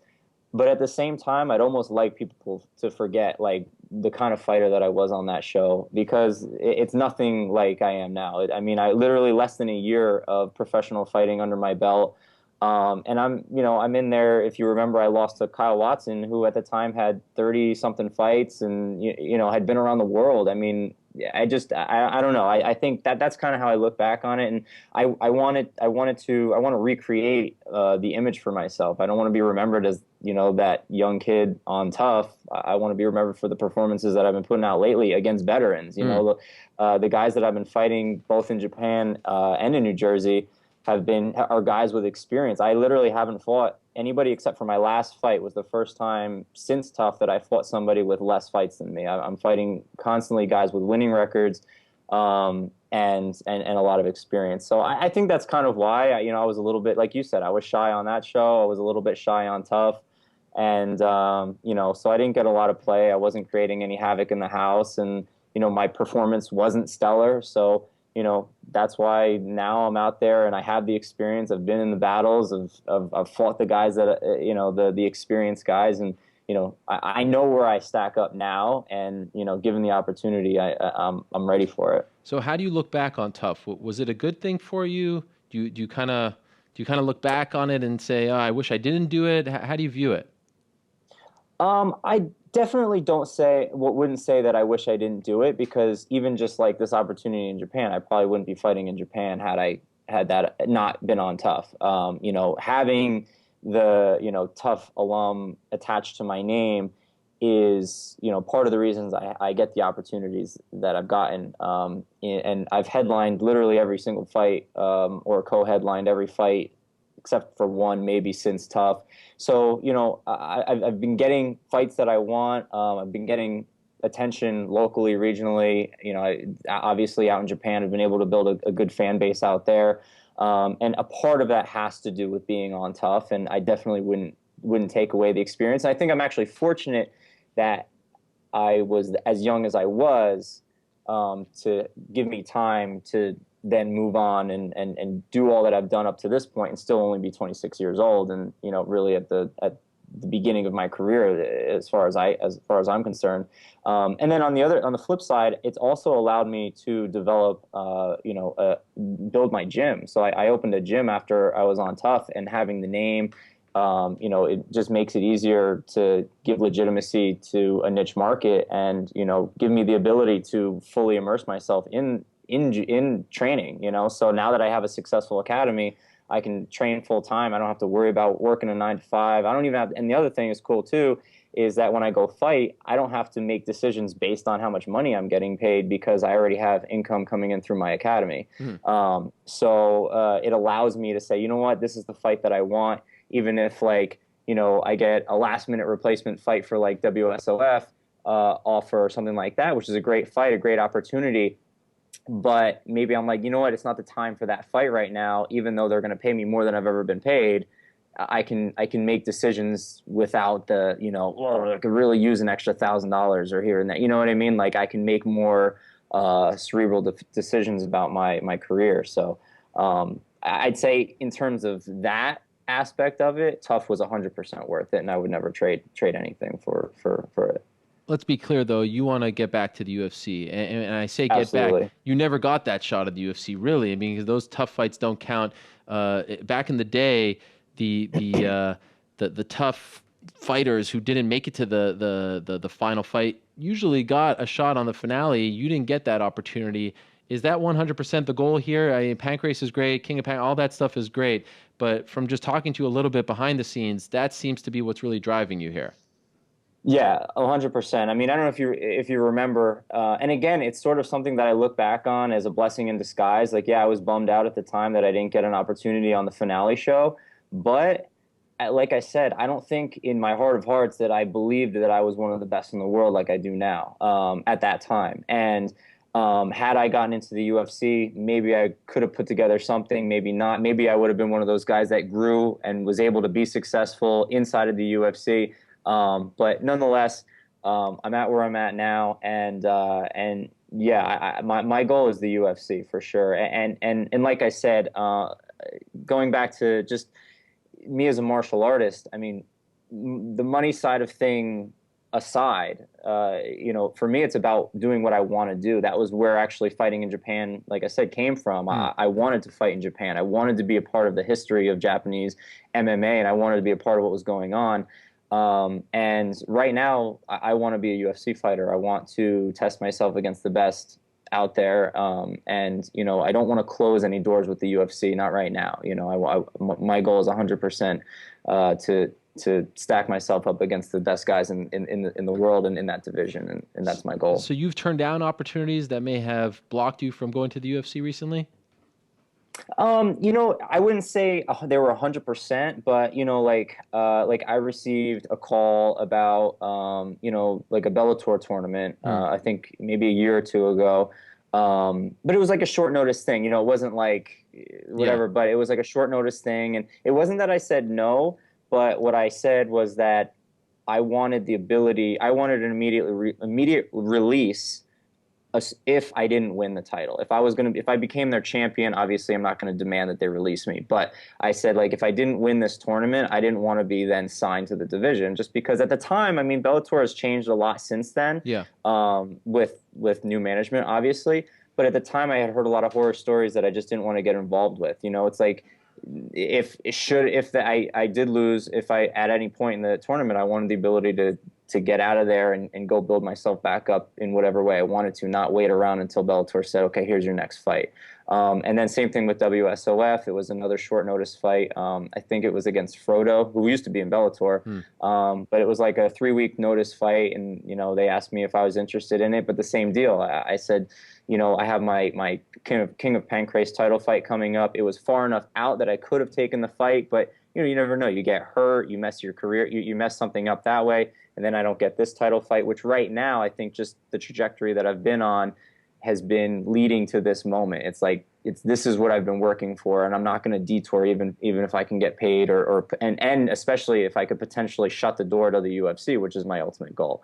So yeah, I wouldn't say like I wasn't like, no, I'm never fighting for anybody else, but I just kind of objectively made the decision that it wasn't the right time for me to do something like that. And I know you're not in the UFC right now, but I saw a tweet from you this morning where you saw that they had posted like a promo on their YouTube channel because it's a Fight Pass show and they're going to promote that. Right. What's it like, kind of being in but still being out, but still having that logo next to you? Now, what's the experience like for you as you are striving to get to the UFC finally?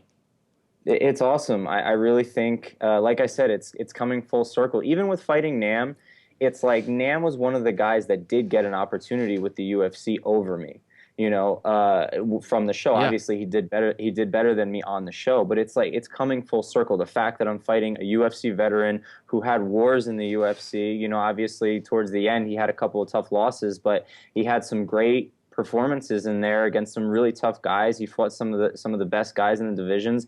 And, if I can go in there and show that I'm clearly, the better fighter, I really think and hope that, Sean Shelby and Joe Silva, Dana White, whoever, and I'm actually kind of hoping, since this is their first stream, maybe they'll take a look at this, watch this on Fight Pass, and see me fight and see that I'm nothing like the fighter that was on The Ultimate Fighter. I mean, if aside from the face, maybe, I mean, that's it.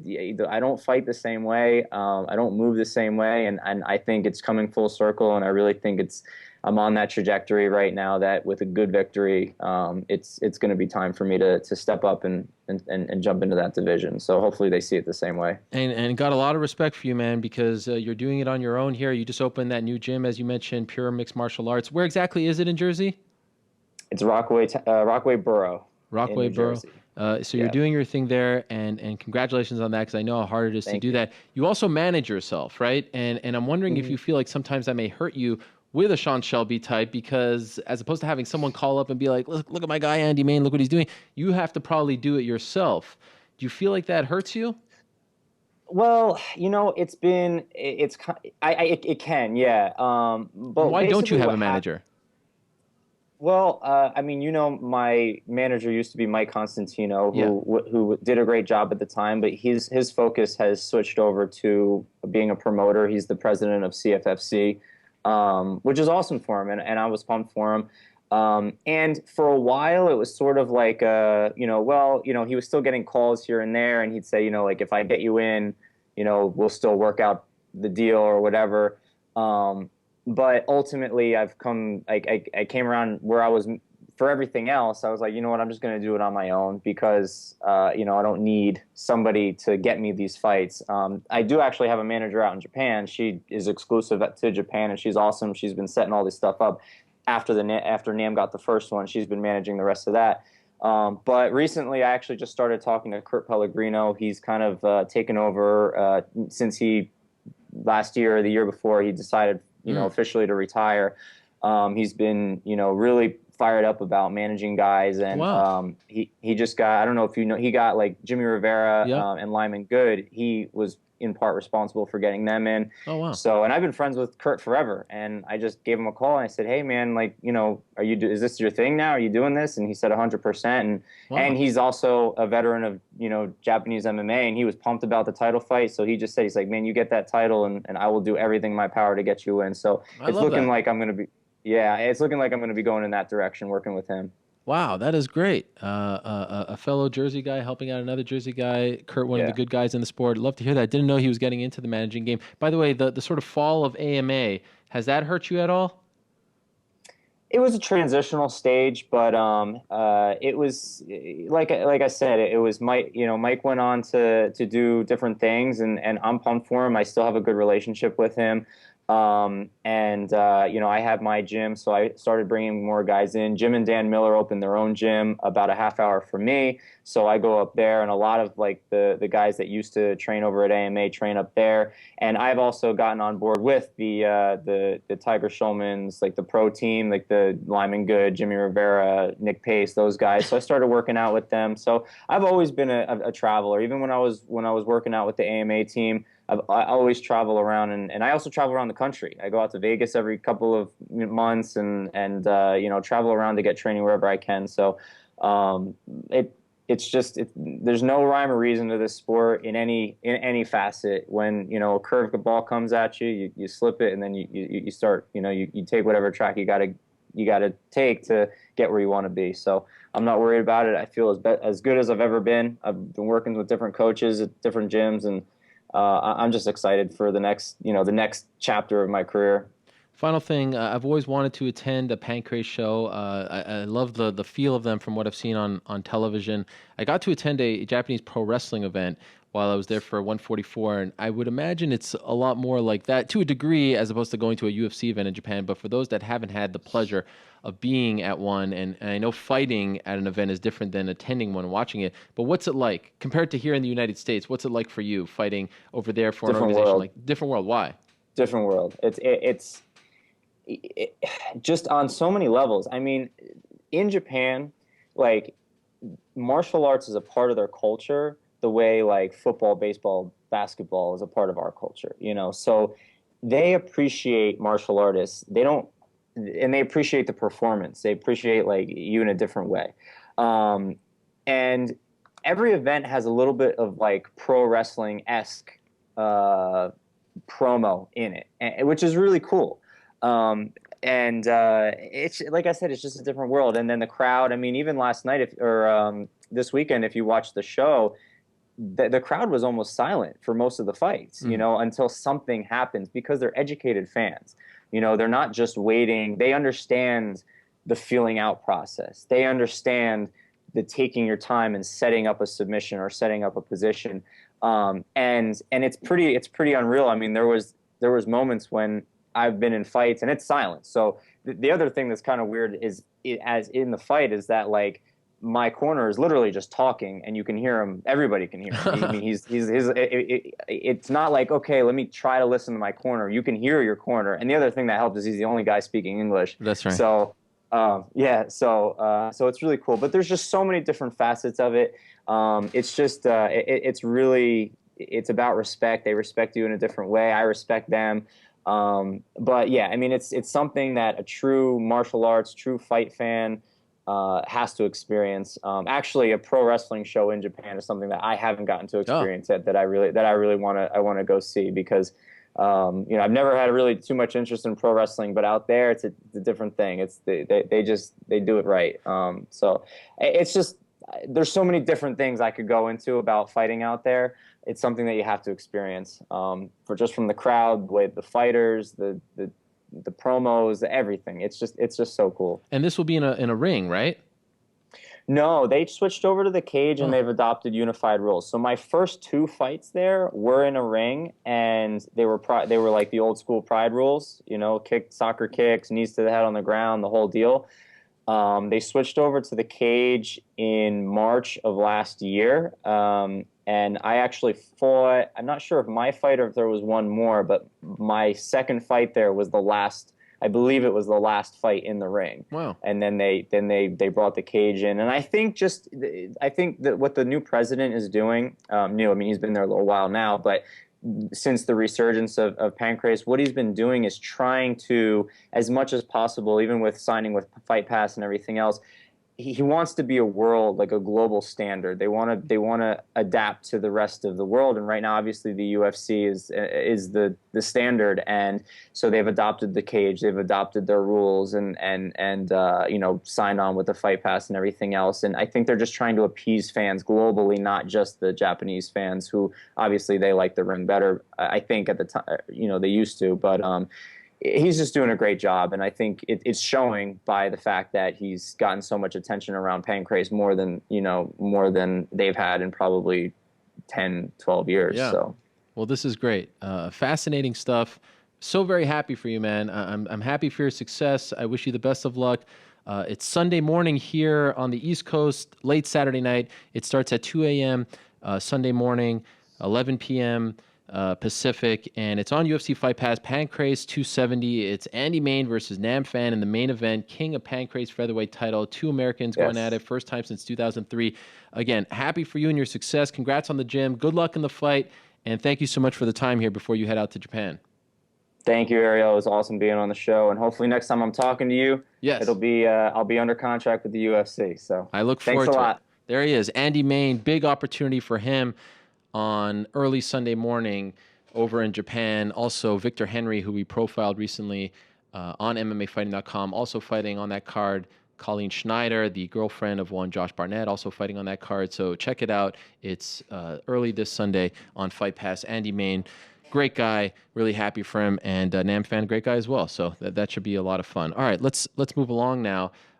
Very excited to welcome in our next guest, and so very honored that he would join us after a crazy month for him. Remember, late August, we were supposed to have Dan Hardy on the program to talk about his upcoming experience on the Clipper Round the World yacht race. Well, we didn't get him due to some crazy technical difficulties, but how about this? We're getting him now after his leg of the race is over. He's in Rio de Janeiro right now, went from England to Rio, and he was on a yacht the entire time. So he's just stepping on soil. A couple of hours ago, he docked, and here he is. He's joining us on the phone. I'm so excited about this. Dan, are you there? I am here, mate. How are you? I'm great. Thank you so much for the time. So, I mean, I feel like this is an obvious question right off the top. What was the experience like? It was intense. It was very, very intense. Moments where the sea's dead calm, and then moments where you're getting battered and knocked around. We had a couple of knockdowns. We broached a few times. We've had a broken forearm and a bad tear under somebody's arm, cracked rib, and we really got put through. It's been a tough test for the whole crew, but we made it. We got third place. We battled it out in the last sort of 200 miles with the top four teams, and it's been a fantastic experience. But one of the most difficult things I've ever done, for sure. So more difficult than you thought it would be? Oh, far more difficult. Yeah, there's no respite. It's constant work. I mean, you're on shift for 4 hours, then you rest for 4 hours. But even when you're resting, the boat's moving, rocking back and forth, and you can't really sleep properly. And you're always listening for, a man overboard cry, or a sail change that needs doing in a storm. It's absolutely exhausting. I mean, I've been going for 28 days now, and I've lost a bunch of weight, and I've grown a beard, and I feel strong, but I'm going to need a few days off to recover from this. Wow, and again, I really appreciate the time. I can almost sense like some almost a sense of urgency in your voice. Like you haven't quite caught your breath yet. Is that the case? Like you're still a little rattled from all this? I am, yeah. I mean, to be honest, it's just weird being like back amongst people. I mean, I've been around my crew for 28 days, and there were 20 people around me all the time, but eventually you just kind of get used to living in amongst them and functioning as one unit. So then, as soon as you start seeing, different people and people going about their daily lives, just being around us, it's quite weird being back in a city. I mean, I'm still on the boat at the moment. We're doing the deep clean, so we've got the sails down and we're doing all the maintenance stuff ready for the next leg of the race. But I've wandered around the streets a couple of times, and it's just strange being in amongst people again when I've been so far removed for so long. Was there ever a point throughout this process where you were like, what the heck did I get myself into? Because, I mean, well documented that you didn't have a lot of experience doing this. I think just a couple of months you did a tutorial. You obviously got yourself ready, but this hasn't been your lifelong thing. You are a martial artist. Was there ever a point where you're in the middle of nowhere in the ocean, there's no one around you, and you're just thinking to yourself, am I going to make it? What have I done to myself? Well, most definitely. To be honest, after the first couple of days, we had a wonderful parade where we went down the Thames in London under Tower Bridge and out towards the coast. And the race start was really dramatic. That was really good because you got all 12 boats and we're competing against each other to get an edge out, before we start crossing the channel into the Atlantic. But then when you start to lose sight of the other boats and you lose sight of land, there's nothing around you, and to the point where you don't see planes or anything. I mean, there are points in the race where the nearest other people other than your crew are on the space station. I mean, that blows my mind. It just to be so far away from everything that I'm used to. No emails, no calls, no nothing. Our media station went down, so we couldn't send or receive emails. All of our navigation equipment failed after the first few days, so we didn't have any way of actually predicting weather forecasts or anything like that. It was all done based on charts and looking at the sky, basically like reading the clouds and trying to figure out the best way through with the right sail set. And there were times, I mean, we had a couple of really bad experiences with the boat being knocked completely down, so the mast was effectively in the sea. All the sails were in the sea, and the boat was at completely a 90-degree angle to the water. And that's a very scary thing. Everyone's obviously clipped onto the boat and holding on as best they can, but we're lucky we didn't lose somebody overboard in that situation. This is not something that I typically follow, but was following because you were a part of it. And I read that a British crew member actually tragically passed away. Is this someone that was on your boat? And did you know this man? I didn't. He wasn't on our boat, but he was on Icol, which is the South African boat. Because the levels of training we did, we all mixed in, so all the crews know each other. We all have friends on different boats, and I had some friends on that boat as well. And just to hear about something like that, obviously I didn't know Andrew, and it was a very unfortunate circumstance. Out there doing what he loved, but you just stop for a second and look around at the crew, and I know all those people so well now. After spending, just a week with them on board a boat, you get to know each other. It's like a crash course in relationships. And so the idea of losing one of those people really puts everything into perspective.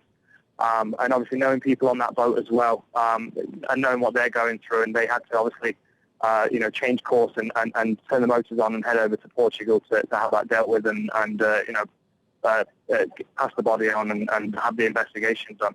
But it really affected the whole crew. And although obviously it is a race, there are 12 boats in the fleet, there are 690 crew members across the fleet, that are doing either part of the race or the whole race. And we're all one crew effectively. We're competing against each other, but we're all sailors. And when someone is lost, it's felt throughout the whole company. It was a really sad day. So did you find out about this while you were, competing, and what does that do to the morale? You're already dealing with these other elements, and then you find out about that. It's just very sobering more than anything. Obviously we were a week into the race, so we'd lost sight of most of the other boats. We were chasing after Elmax, which is the French boat, and they were getting away from us. So that was our focus. But then all of a sudden, instead of them being the competition, we were all we're all a part of the same process, and more than anything, you just want everybody to get to their destination safely. And the first thing that hit me was, one person that got on a boat in London with us a week earlier will not be making it back to his family, and that was, it's a very, very sobering, very saddening thing. And then immediately, because I didn't have any contact with my family while I was out there, my thought goes to my parents and my wife and my sister, and thinking about what they're going through now, because my mum was nervous before I left, knowing how dangerous it is. And there was a guy that they lost overboard a couple of years ago in a race, and it took him 18 minutes to recover him. And had he not been wearing the correct foul weather gear, they would have been pulling the body out of the sea. it just kind of puts things into perspective. You know, we're dealing with the elements. We're dealing with very, very unpredictable forces of nature that could just basically tear us apart in a second. I mean, we had a guy who was up the mast doing a rig check, and we had light wind. It wasn't too bad.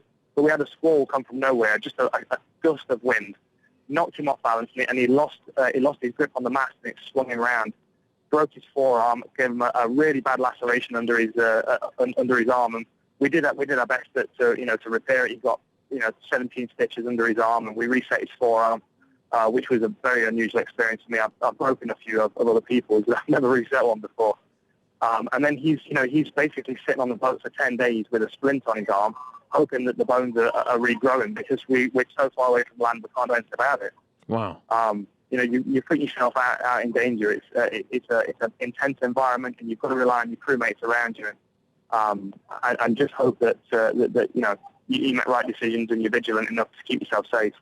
And now this is a around the world race, so your guys are continuing. What's it like for you to hop off, and now you get to go back to your daily life and try to get acclimated again? And they're continuing on this journey for a long time. And how many more weeks, months do they have left? They have another 10 months to go. Wow. It is going to be very, very strange to see the boat leave. I'll be on the spectator boat as they cross the start line on the 7th of October, and they'll be heading out from here to Cape Town, which is a slightly shorter leg, but they're going to start getting into some really fierce waves now, some deep ocean, and that's when it starts to get really scary.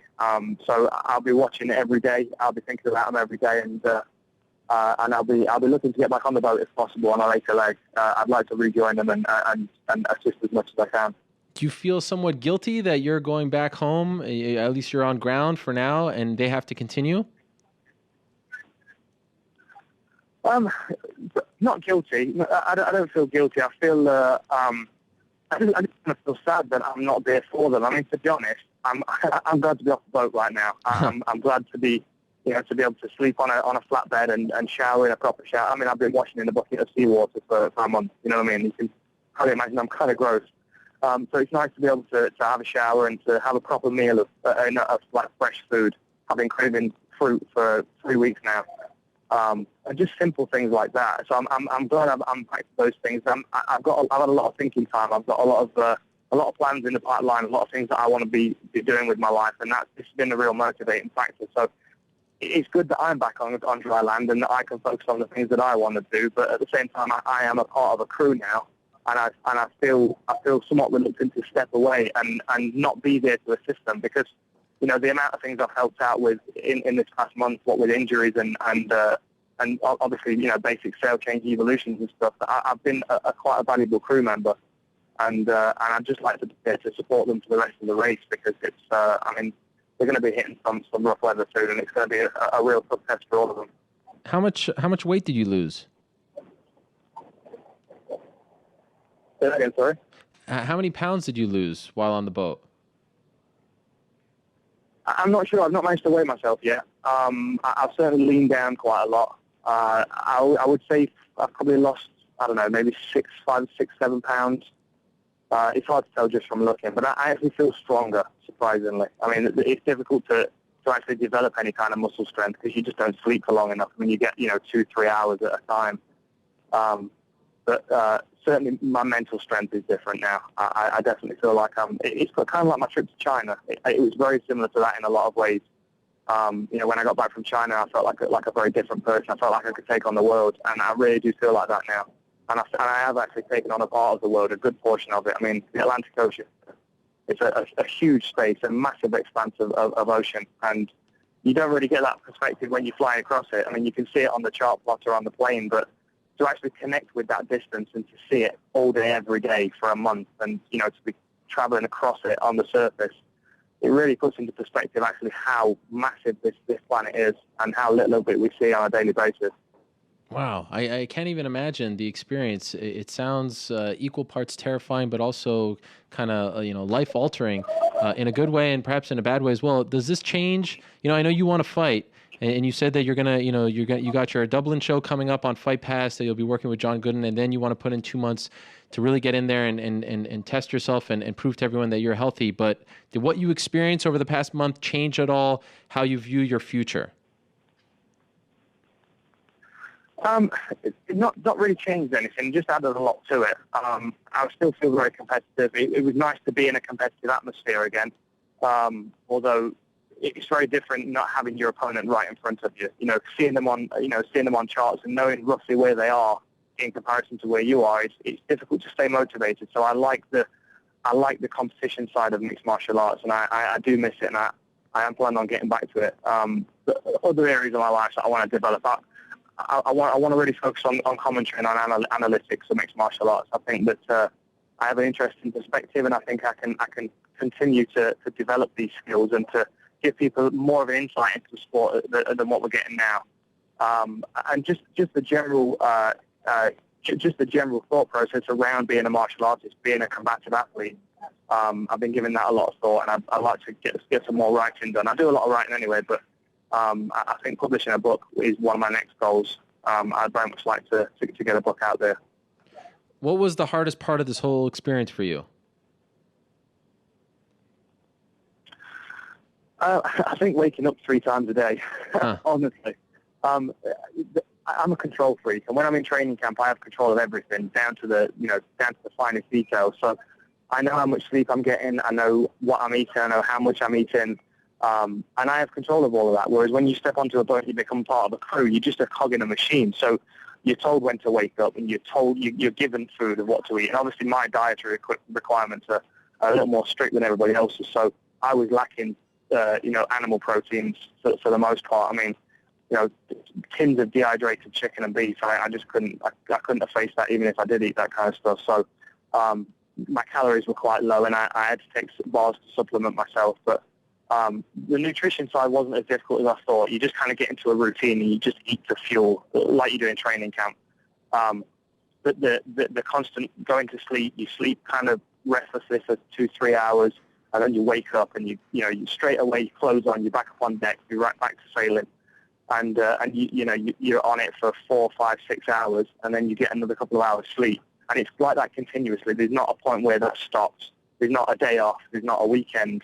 It's every day. You get up, you sail for most of it, and you sleep for as much of it as you can. So you hit Rio yesterday. What's the first thing that you did? Like, how did you try to unwind after all of this? I had a proper shower, which was absolutely amazing. And I had the biggest bowl of fruit I've ever seen in my life. Loads of watermelon, loads of mango, and melon and stuff. And yeah, just gorged on fruit. And a bottle of a nice cold bottle of mineral water, because the water that we're drinking comes through a water maker, so it's effectively seawater that's been put through a crazy process of filtration, and it tastes foul, and it's got no minerals in it at all, and nothing's cold. I mean, we were hot and sweaty and gross all the time. So just the idea of a cold drink was something that was keeping me motivated to get to Brazil. And as soon as I got to the deck, got to the pontoon at the marina, someone brought me a bottle of cold water, and it was like liquid gold. Absolutely amazing. When do you get to go home and see your family? Well, I'm here for a few days. I have some more work for Clipper to do. I'm going to a couple of MMA gyms in Rio. I'm going to be meeting some local MMA fighters and some talent that's in the area. I want to do a little bit of tourist stuff. I want to do Christ the Redeemer and go and do a bit of shopping. I want to buy some nice crystals. We've got some good gem mines in Rio. And then we've got to do the boat. The boat's got to be deep cleaned and pretty much taken apart and put back together again to make sure that everything's in working order, ready for the next leg. And then I'll be flying back to London on the 7th, ready to do some work for the UFC. We've got a couple of breakdown shows to do for Unibet and to the UFC with the upcoming shows, and then to Dublin. And I am absolutely beside myself with excitement to Dublin. I remember the last one was fantastic, and this next one is going to be just as good. Yes, I agree 100%. By the way, excuse my ignorance here as far as the actual race, but do you guys get paid for this? And if so, do you get paid enough?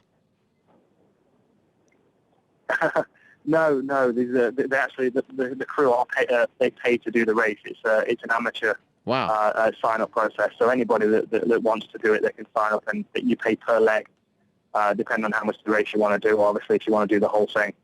I was fortunate enough to be given the opportunity as a sponsored athlete, so I could help promote the race and kind of talk about the experience, because this is something that most people wouldn't hear of, and wouldn't even think about doing. And it's, I mean, Clipper are doing a fantastic job. So Robin Knox Johnson was the guy that set it up, and he was the first person to travel around the world solo without stopping. He did that in 1968, and to have just crossed the Atlantic with the modern technology that we've got, I have nothing but respect for the guy. I mean, he's a hell of a tough old sea dog.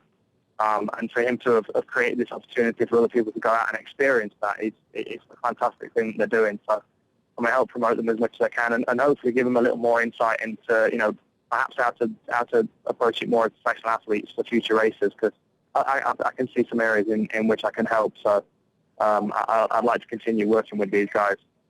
Wow. Well, nothing but respect for you. You have certainly brought a lot more attention. I didn't even know about this whole thing until you got linked to it. So, and I can't say enough. I have so much respect for you to go out of your comfort zone and do something like this for even a month. It's just unbelievable, mind-blowing stuff. Really appreciate you coming on the show, Dan, just around 24 hours after reaching Rio. I'm so happy to hear that everything went okay with you, that you're healthy, that you're okay, that you're able to walk around and enjoy Rio now. Looking forward to your call on October 24th in Dublin, and looking forward to your return to the Octagon in 2016, my friend. Thank you, mate. It's been really good talking to you. Thanks for having me on. All right, there he is, the Outlaw. Amazing stuff, unbelievable. Wow, that sense of urgency, that sort of rush, out of breathness in his voice early on was unbelievable. It was just like he got done some kind of triathlon. Kudos to him, and what an amazing thing. These guys, they don't even get paid to do this. Unbelievable. The Clipper Around the World Yacht Race. Wow. I do not know if I could do something like that. I think he is, I mean, the fact that he fights in a cage definitely puts him above me, but to do something like that with very little experience, more of a man than I will ever be, that is for sure. Tremendous stuff. Thank you so much to Dan Hardy for the time. That was enlightening, to say the least, and very happy that he is okay. All right, let's move along now. It has been a while since we talked to the president of Bellator MMA, but he has been gracious enough to give us a few minutes of his time on this Monday afternoon. We're talking to Scott Coker right now. Looking forward to this. Scott, how are you? Doing great, Ariel. How are you? I'm great. Thank you so much. It has been a while, as I said. So we are a little over a week removed from Dynamite. This was a big deal for you. It was, back in your home, and it was promoted. It was different. It was kickboxing and MMA. I mean, it was Scott Coker all over the place. Your fingerprints were all over that thing. 9 days removed. How'd you feel about it? Did you feel like it was a success? Yeah, I feel really good about it. I mean, to me, we had so many great stories and so many great things that came out of it. And that was something that was really a dream of mine, I want to say 10 years ago. And I was in the back, and I remember Gilbert Melendez coming up to me and saying, hey, I remember when I first started fighting for you, you said, hey, what about if we put a ring in a cage in the floor? And this was back in 06, 07. And, here we are 9 years later doing it. A magic night for me, and to be back at the SAP Arena, formerly HP Pavilion. As you know, we built Strikeforce there, and to do it in our hometown. It was just a great feeling, and, it was our biggest gate ever, our biggest attendance ever. So, I think that San Jose and the Bay Area delivered in a big way. Yeah, and honestly, for me, that was the coolest part of the whole thing, just to see you back there and getting to promote a show at the Shark Tank. I know how much that arena has meant to you and means to you. And for a while there, when you were working for Zuffa in that sort of advisory role, you were still kind of heading up Strikeforce, but you didn't have as much of a say. They did go to the Shark Tank. They did put on events at SAP. And I'm wondering, what was it like for you? I can imagine it's almost like seeing your ex-wife sort of sleep with a new guy or date a new guy in front of you. I mean, what was that like to go back there, but it wasn't your show. It wasn't your thing. Hey, listen, the fights were great, and I went to a couple, UFC fights there, but the fights were great, and but when they decided to shut Strikeforce down, to me that was the moment when I said, okay, well, there's just going to be UFC here, and then when I decided to come back into the marketplace with Spike, I had an opportunity to come back here much earlier, but I said, I'm going to wait. I'm going to wait to bring something big back to the Bay Area. And so a year and a couple months later, here we are with our biggest show ever, Dynamite. And, I watched the broadcast a couple of days after the live event, and, man, it just looked fantastic. Great production. I think the crossover between the MMA and kickboxing worked. There's just a lot of great things about it. So, don't be surprised, if you see some more Dynamites down the future. Sooner rather than later? Or is this a one-time-a-year type of thing? We'll see. But I think that, for right now, we're looking at it as something as once a year. Obviously, a lot has been made of the ratings. We're all experts when it comes to this, but I want to ask you, were you disappointed with the number? Well, listen, we had some heavy competition that night. And, were the ratings lower than the Kimbo slice? Yeah, they were. But, I look at the ratings as a overall ratings for the year, and we're still up, 34% from before I took the helm. And our paid attendance is up 78% since I took the helm a couple months ago. So, this is a brand that's definitely made a big change. And just the philosophy of working with the guys inside the company now has changed, and working with Viacom, that relationship has changed, and even with Spike, the relationship has changed. And there's so much, we're all on the same page, a lot of congruency here, and we're going to do a lot of great things.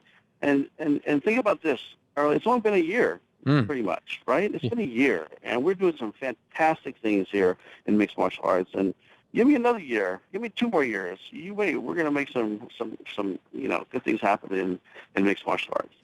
For one reason or another, Glory and kickboxing in particular, they've been sort of blamed for the rating. Is that fair? No, I don't think so. I think that, there's a couple of things I think we need to tighten up, and which we will. We have a meeting, I think, this week, Thursday or Friday. We'll jump on the phone with Fishman and all of our guys internally, and we'll figure out, some of the details of the production. And maybe, to me, I felt like when we mapped it all out, I thought it was a great plan. But I think we maybe had a one fight, maybe 2 fights too long, and we had to take that into consideration in the next time. But I think Glory Kickboxing, did well, and that was the beauty of this thing here as a brand. That's on Spike, that's on Friday Night Lights Out, and now they get to have the MMA audience watch some great world-class kickboxing and vice versa. But I think that the show started out extremely well, and when Glory came on, I think the first 2 fights held over 1 million rating for each one. Do you prefer Friday or Saturday for your brand at this point? Well, Friday nights are our night tradition that we're going to be broadcasting mixed martial arts, and it's worked for us. I think it's held a really good rating, and we've done some great fights. But it's hard to go to the West Coast and do a Friday fight just because, to try to do a 6 o'clock start so we can make a 9 p.m.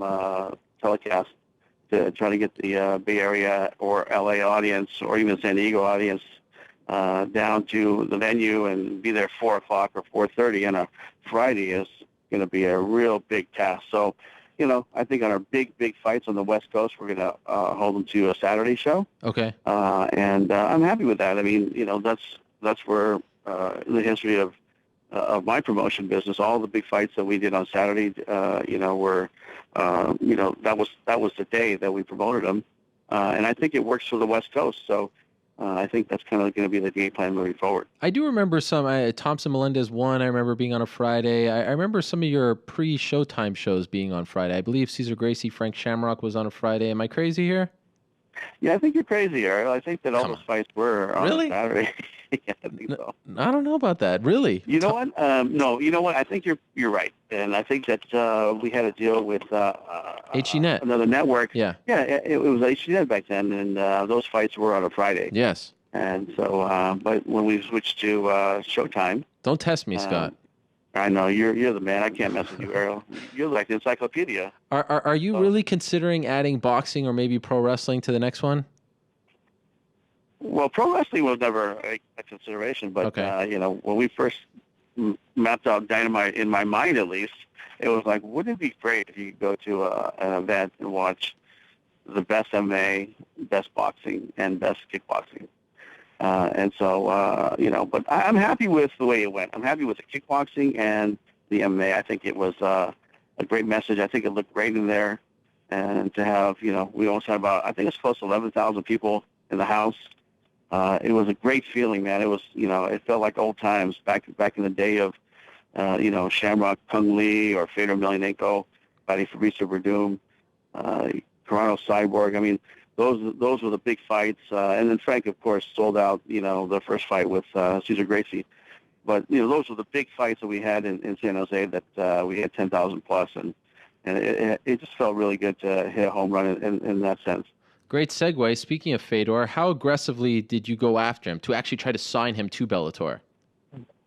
Well, you know what? And I went on record with many reporters before saying we didn't really go after Fedor, and we never really negotiated with him.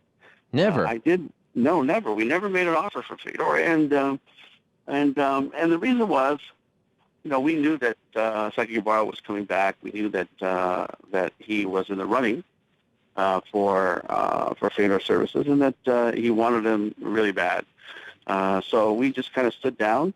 But what we did do is we said, okay, well then let's be your broadcast partner, and Kevin and John and Saki Ibarra cut a deal where they would broadcast the event from Tokyo.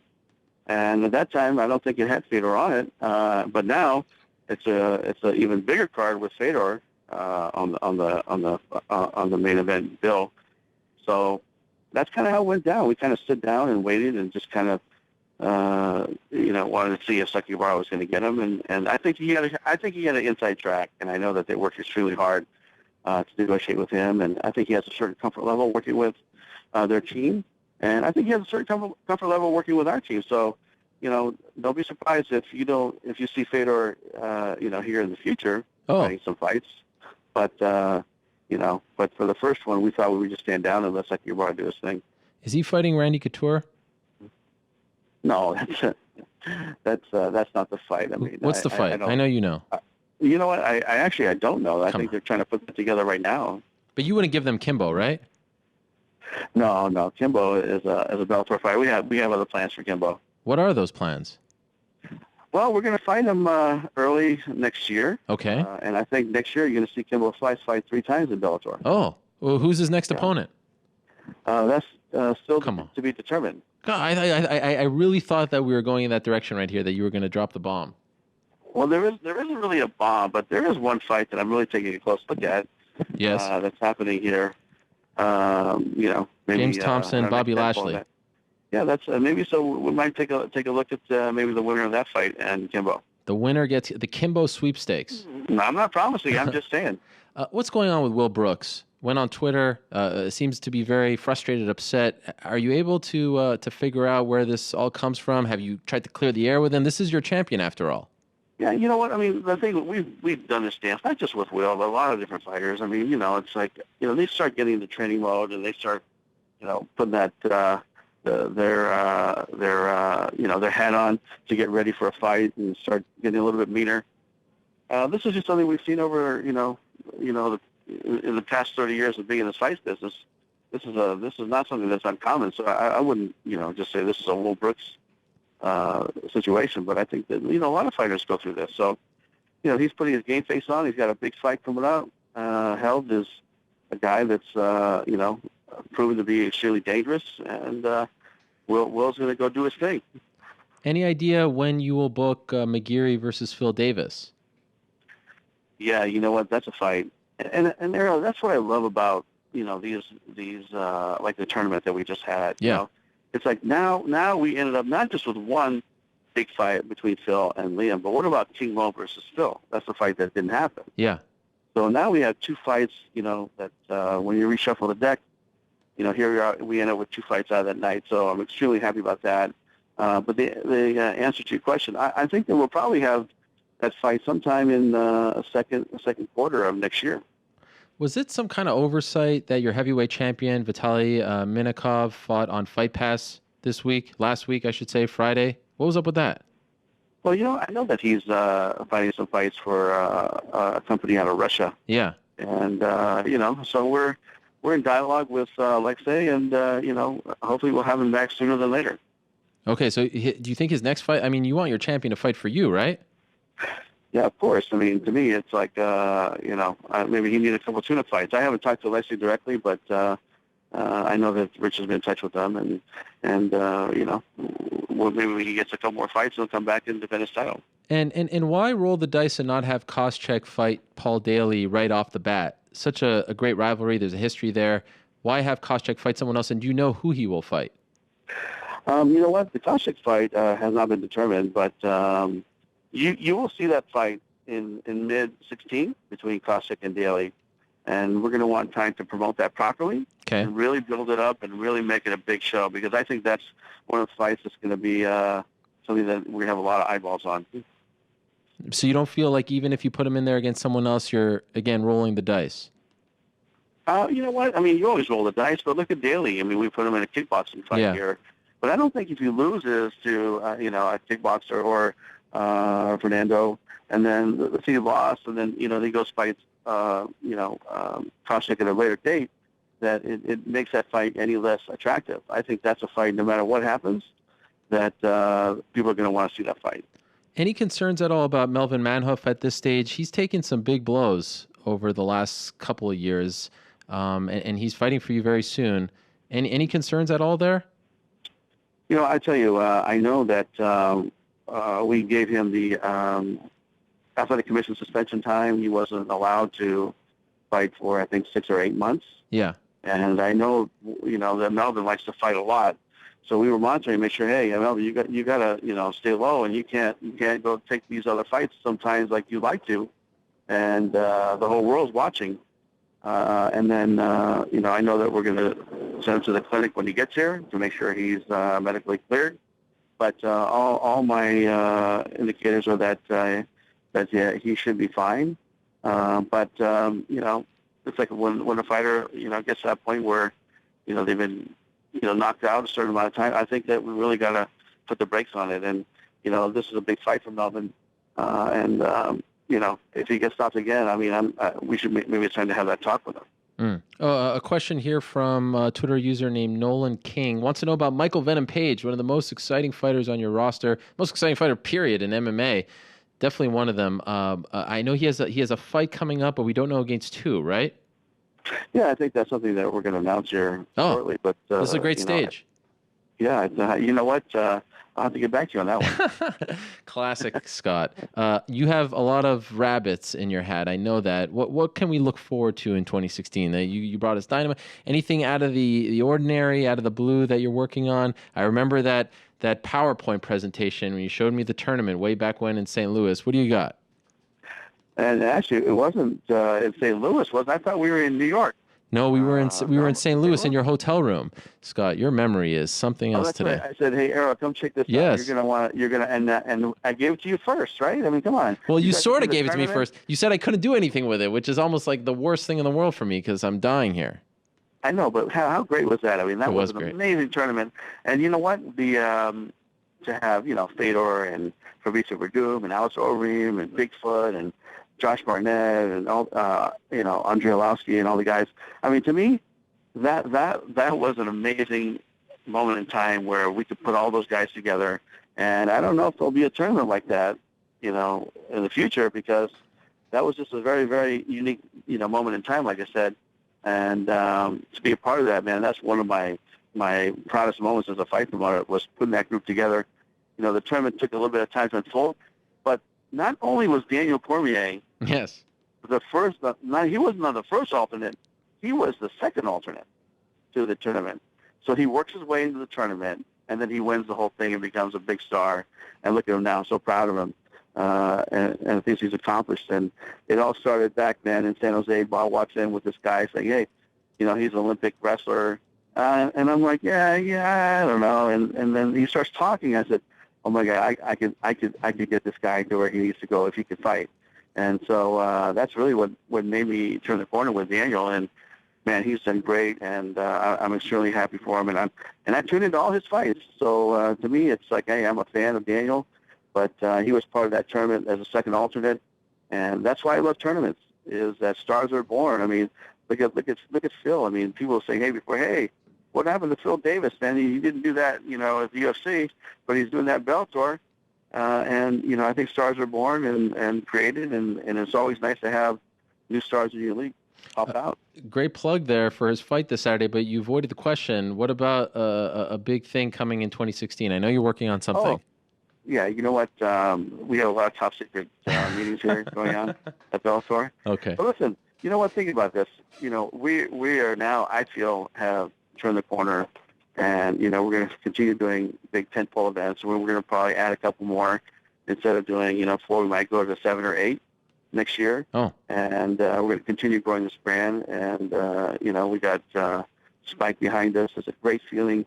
Believe me, working with Kevin has been unbelievably positive, and they always have such a great outlook on the sport, and they believe in the sport.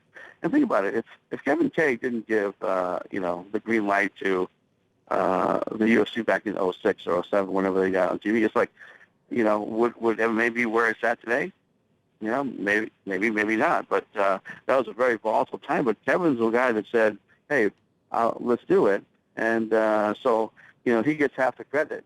And to me, it's something that I think people overlook, that the commitment behind MMA that Spike has really is we should all be thankful. We should all be happy because, not only do they keep MMA on TV or launch MMA on TV and launch the Ultimate Fighter back in 5 and 6, which kind of saved the sport. And to me, you could have died 3 or 4 times before that or in between that time. But now their commitment to Bellator is just as much or even more. And you're going to see some great things when you have a great network like that behind it, and you have Icon backing it. And I think that we kind of know how to promote. I'm saying me and my team of guys that have done this for many years. I think it's a good combination, and I think that's why let's face it. In the first 6 months of Bellator, we were changing staff, changing locations, moving things around, figuring things out. We had to go on the road for 10 weeks. And so it was right around October, November when I started getting my feet dug into the ground. And so if you look at it that way, it's been about a year. And I think we've done some great things, and we got some great things coming in 16 and beyond. Happy for you, Scott. Congratulations on Dynamite. Congratulations on getting to go back home and promote a show at the Shark Tank. I know that was huge for you. Looking forward to what's next, and appreciate the time as always. Good to talk to you again. Hey, Harold, don't forget, I got those Warrior seats. So you can come down and we'll say hi to Curry. Go Dubs. I would love to. I love Stephen Curry. Wow. I love him. That's a different discussion for a different day, but I appreciate that offer very much.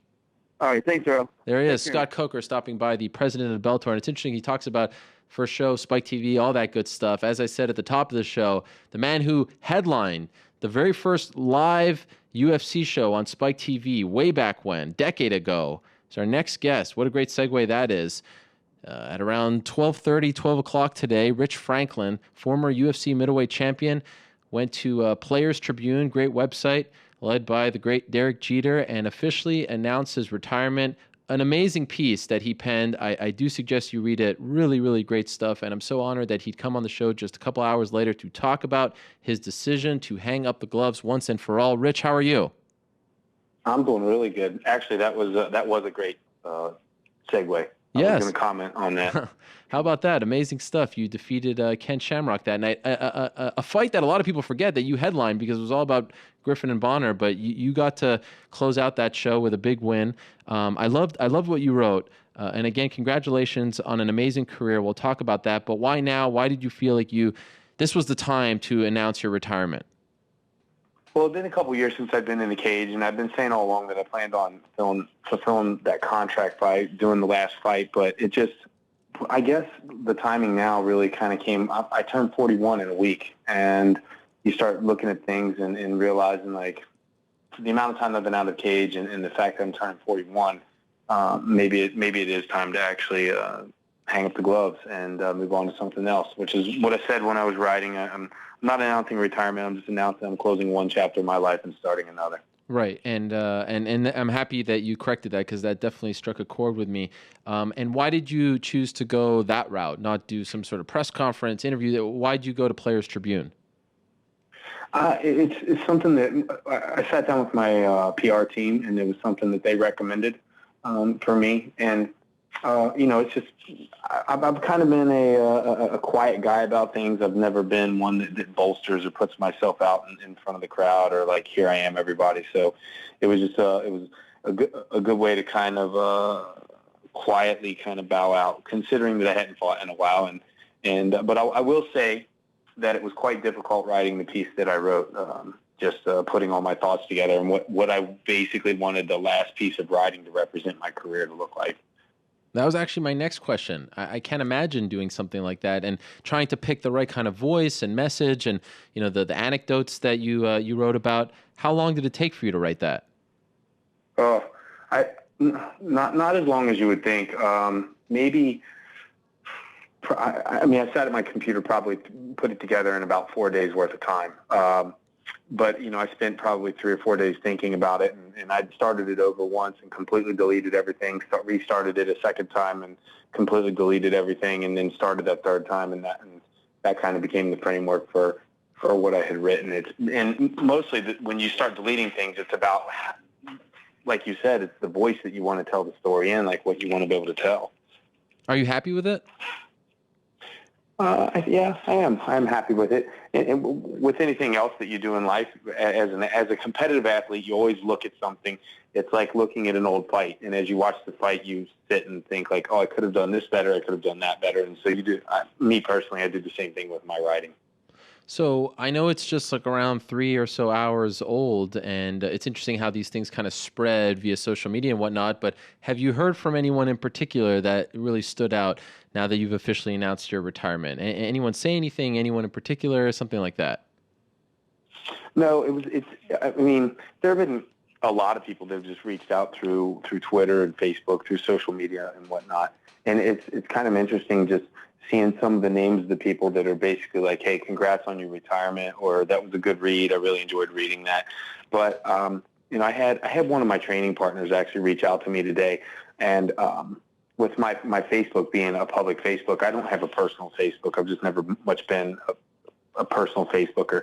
And he had sent me the post that he wrote about me. One of my longtime training partners, Chris Mearswack, who's now up in Denver, and he sent me the post that he had written about me today. And it was just like one of those things where you sit and read that, and I'm like, all right, it's kind of an emotional day already, so quit sending me that kind of crap. You don't want that. You don't want to celebrate yourself. No. I think I should probably be better about that, but I'm always one of those people who are always looking at what's next. Did you reach out to the UFC brass? At the end of the day, you are a UFC fighter still. You still have a contract with them. How does this sort of thing work? Do you reach out to them? Do you tell them? Or do you figure they're just going to find out via the internet here? Oh, well, they've already found out via the internet, because I know like UFC Fight Pass has we saw that come across social media today, that UFC Fight Pass has like watch Rich Franklin's career, type of thing. So I know the UFC knows, but I will send them a formal letter of resignation. I have my manager who's checking on that and the proper channels to go through to make sure that if there's anything that I need to do, that I do that properly. But other than announcing retirement, as an athlete, I have an open-ended contract with the UFC. So 3 years from now, which is more than highly unlikely, but if 3 years from now I decided that I wanted to come out of retirement and fight, I would have to do it with the UFC anyway. So I don't really think there are any significant things that I have to do to make that official with them. But as out of courtesy, I definitely would for sure reach out to them. I know you've had a great relationship with Dana and Lorenzo over the years. You didn't talk to them at all beforehand? No, I hadn't.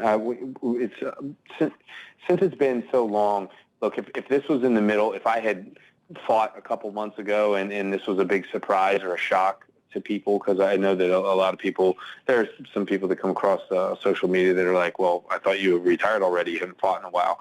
And it's like, well, I'm just making this official announcement now. I don't think it's any shock to the UFC. If I was in the middle of between fights or something like that, and they thought that I was going to fight maybe like, before the end of the year or something, then I definitely would have coordinated this with them. But I don't think it was necessary at this point. Since your last fight in 2012, how close were you? Was there one particular point, a fight offered, a period of time? I know your name has come up here and there. Was there ever a point where you were super close to coming back? Well, there were a couple things that were talked about that kind of that had me excited. At one point, there was some talk of me and Bisping, and then something was mentioned to me about a rematch with Dan Henderson, and those two things got me excited. They're both excellent fighters, but more importantly, I think they would have made for exciting fights. But just for my duties with one championship and the things I have going on with Armor Gel and all the other work that I'm doing is just is proven to be a bit too busy for me. By the way, last time you were on this show, you were talking about Armor Gel. Recently, my wife, we were packing and she cut herself. And I remembered that I had a tube that you sent me, and I appreciate that greatly. And we put the Armor Gel on it, and it actually made her finger feel a lot better. I don't know if we used it the right way. We should have put it on there, but it worked. So I appreciate that greatly. Did it help her heal faster? Do you know? I'll ask that question this evening, but I know it reduced like the stinging, and I just remember it working. And I was happy that I had it and remembered that I had it. Well, the most important thing about the Armor Gel is that you don't have to worry about the bacteria and all that stuff building up. Like, it keeps the cut clean, and that's the primary function. But like we talked about before, there's so much other stuff with that. But this isn't this. We're talking retirement here and everything else. Fair enough. I just wanted you to, I wanted you to know that. It's. Well, I appreciate it, man. And yeah. I'm glad you're getting use out of it. And if you need more, you know how to find me. I appreciate that as well. Are you the kind of guy that looks at your career and says, man, if I fought now when the sport's bigger, I could have made more money, I could have gone this and that? Or do you kind of like that you were part of that era that really helped revive the sport, launch the sport into the stratosphere that it is today? How do you view the way the era in which you fought? I think I look at both possibilities. I think about the possibilities of today, and you see the sport like I was part of the era that helped the sport go mainstream. And like I wrote in my article, I mean, we really did. We went from state to state, and we were talking to Associated Press everywhere, and really were spreading the word of MMA, and they specifically used me to kind of debunk the stereotypes that went with all the fighters. And I really do enjoy that time frame in which I fought. But when you look today and you start seeing more mainstream sponsors getting involved, and the number of shows that they're doing and stuff like that, you're like, man, I was just part of that first wave and missed those paydays where the decimal places start increasing and stuff like that. Do you consider yourself? Yeah, I mean, you think. Go ahead. Sorry. Think about that stuff. I was just going to say, yeah, you think about that stuff, but I really am blessed to be part of the era that I was part of. Do you consider yourself a pioneer? Well, I don't know, because I don't want to discount like the things that the original guys like Hoist and Ken and Dan Severance and Mark Coleman and all those guys of the UFC of yesteryear did. But I think that when you start looking at how MMA transitioned from the way it was perceived to the modern day MMA, then yeah, I was definitely a pioneer of the sport. What about the Hall of Fame? Does that mean anything to you? Do you want to be a UFC Hall of Famer? So I think ending up in the Hall of Fame would be any kid's dream. But any kid that grows up dreaming of being an athlete would say to themselves, if I could have the kind of career that would put me in the Hall of Fame at the end of the career, basically saying that I was a good enough athlete in my sport to be amongst the best of the athletes in that sport, then yeah, that's pretty much what kids dream of. So yeah, it would be great. But that's not for me to decide. That's for the fans. Sure. Whoever else votes on it.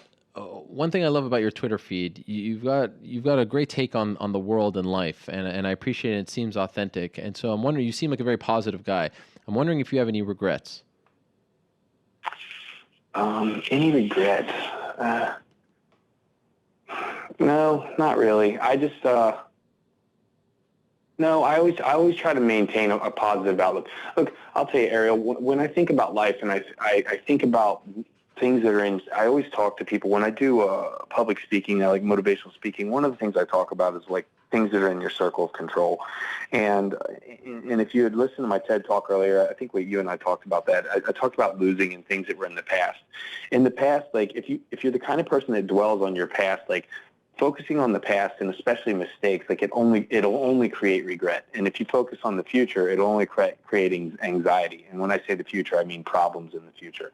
And so I try to focus, and I got to be careful about the way that I say this, but I focus on the now, because the now is what you can control. Now, of course, that doesn't mean that I don't look to the future, because the sum of the nows between now and the future will end up being the future.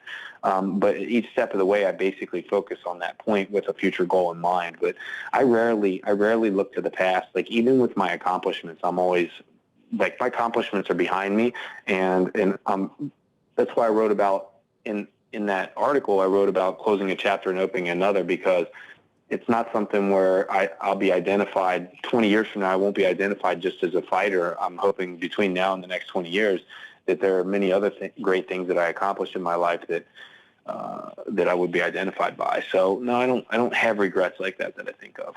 And so with that in mind, I feel like I know what you're going to say here, but I feel compelled to ask. After the hearing last month with Anderson Silva and the excuse that he gave for his positive test, did the thought go through your mind at all, like, what was going on when I fought him twice?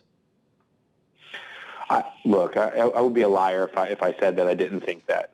You start kind of going back and looking at all the people that have kind of been associated with PEDs in one way or another. But I really believe, like, I mean, Anderson's he's an honorable guy. I would believe that he used that as just to help himself heal. And so it just happened on the tail end that he got caught, and but it makes him look bad for his entire career that people start questioning that stuff. So, I'll tell you, I try not to. It's something that I work on in my Christian walk, but I try not to pass judgment on people with things, and so Fair enough. Not for me to say.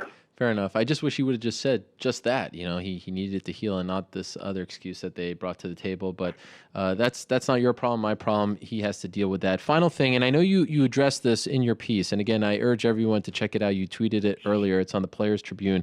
It's wonderful stuff. People ask you all the time about your greatest moment, the moment that sticks out.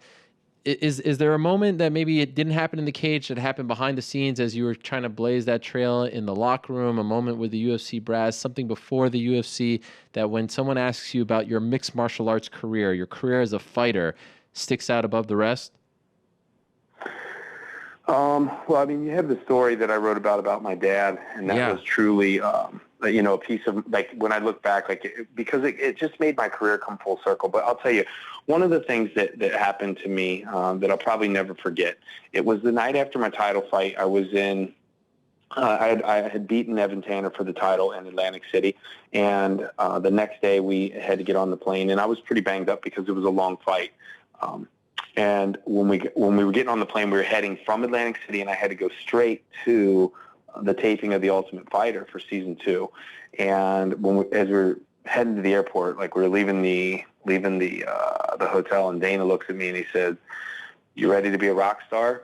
And MMA at the time was just kind of like breaking out of that niche. Like, it was just starting to become mainstream, and I just kind of, in my mind, chuckled. I'm like, it's like MMA wasn't anything like a sport like football or basketball at the time. And just, I just remember that. And then within the next, like, 3 or 4 years of my career, I mean, it just, the whole sport, myself, everything, it just blew up. And I think that kind of explains the whole career for me. Like, it was just something like I said, the whole thing was just surreal from start to finish. Well said. That story about your dad is amazing, and another reason to check out the piece. That really hit me right in the heart. I appreciated it greatly, and I appreciate you coming on. I know it's probably a hectic day, busy day. To come on short notice and do this means a lot. Congratulations on an amazing career, a legendary career, a Hall of Fame worthy career, and thank you from people like me who, when you were fighting, when you were on Spike, and headlining that show, I wasn't involved in all of this. I was just a fan. You were such a great ambassador. You were such a great role model. You were someone that say, look, cage fighters aren't barbarians. They're teachers. They're clean cut. They're good people. You were one of those guys that I pointed to. I remember this vividly. Thank you for being that guy. Thank you for a great career, great fights, all the great memories, and hopefully our paths, cross in the future, because it's always great talking to you, interviewing you. Always appreciated it. Yeah, hey, it's always great interviews with you, Ariel. Anytime you need me on. Look, we're both going to be in the same industry for quite some time, I'm sure. So just because I'm not fighting anymore doesn't mean that I'm not going to be around. Thank you, Rich. All the best. Yeah, God bless, brother. There he is, Rich Franklin, announcing his retirement earlier today via the Players Tribune. A great piece, as I said multiple times, a great career. It ends with a 29-7 and 1 no contest. 29 wins, 7 defeats, 1 no contest. His last fight in November of 2012 was a loss to Kung Lee, and he's had some amazing moments. His last win, UFC 147, a unanimous decision win over one Vanderlei Silva. Who can forget his win at UFC 115 over Chuck Liddell, knocking him out, ending the Iceman's career. But he's had so many great moments inside the octagon prior to his UFC career. A true legend of the sport, former champion, guy who gave us a lot of great fights and gave us a great interview once again here on the show. Wish him all the best. Who's breathing into my microphone or my headphones over there? Is that Mr. New York Rick? Is it me? It is you. I hear you breathing, like the madman that you are. So we have some breaking news here as we transition to your questions. Is there something you want to say? You don't usually jump on this quickly. No, I think they just brought the mic up early so you could hear my... Oh, okay. Well, we do have some breaking news. A lot of people getting very excited about this and asking for my opinion. It happened in the middle of, I believe, our Dan Hardy interview. And, of course, I don't want to be disrespectful to our guests and start talking about something else. But in the middle of that interview, the UFC sent out a press release stating the following. UFC today announced a series of important steps to bring mixed martial arts events to New York. These efforts include the scheduling of the organization's first professional MMA event in New York since the state's ban in 1997. This event will take place at Madison Square Garden, the world's most famous arena, on April 23rd, 2016, featuring UFC's top champions competing with other world-class athletes inside the octagon. UFC is also taking additional steps through the federal courts to ensure this event's success. Now, this is very interesting, of course, as we know. Right now, we are in the state of New York, the great state of New York, the Empire State. MMA still banned. This has been well documented. Here's a quote from Lawrence Epstein. We believe fight fans have waited long enough to experience live events in the state of New York, and we are thrilled to announce our first event at Madison Square Garden. Professional MMA is legal around the world. A little bit of a typo there, is legal around the world, and it is about time New York followed suit. In August, UFC filed an appeal in the United States Court of Appeals for the Second Circuit, the federal appellate court with jurisdictions over New York, stating that New York's prohibition of regulated professional MMA events violates the First Amendment rights of athletes and fans throughout the state.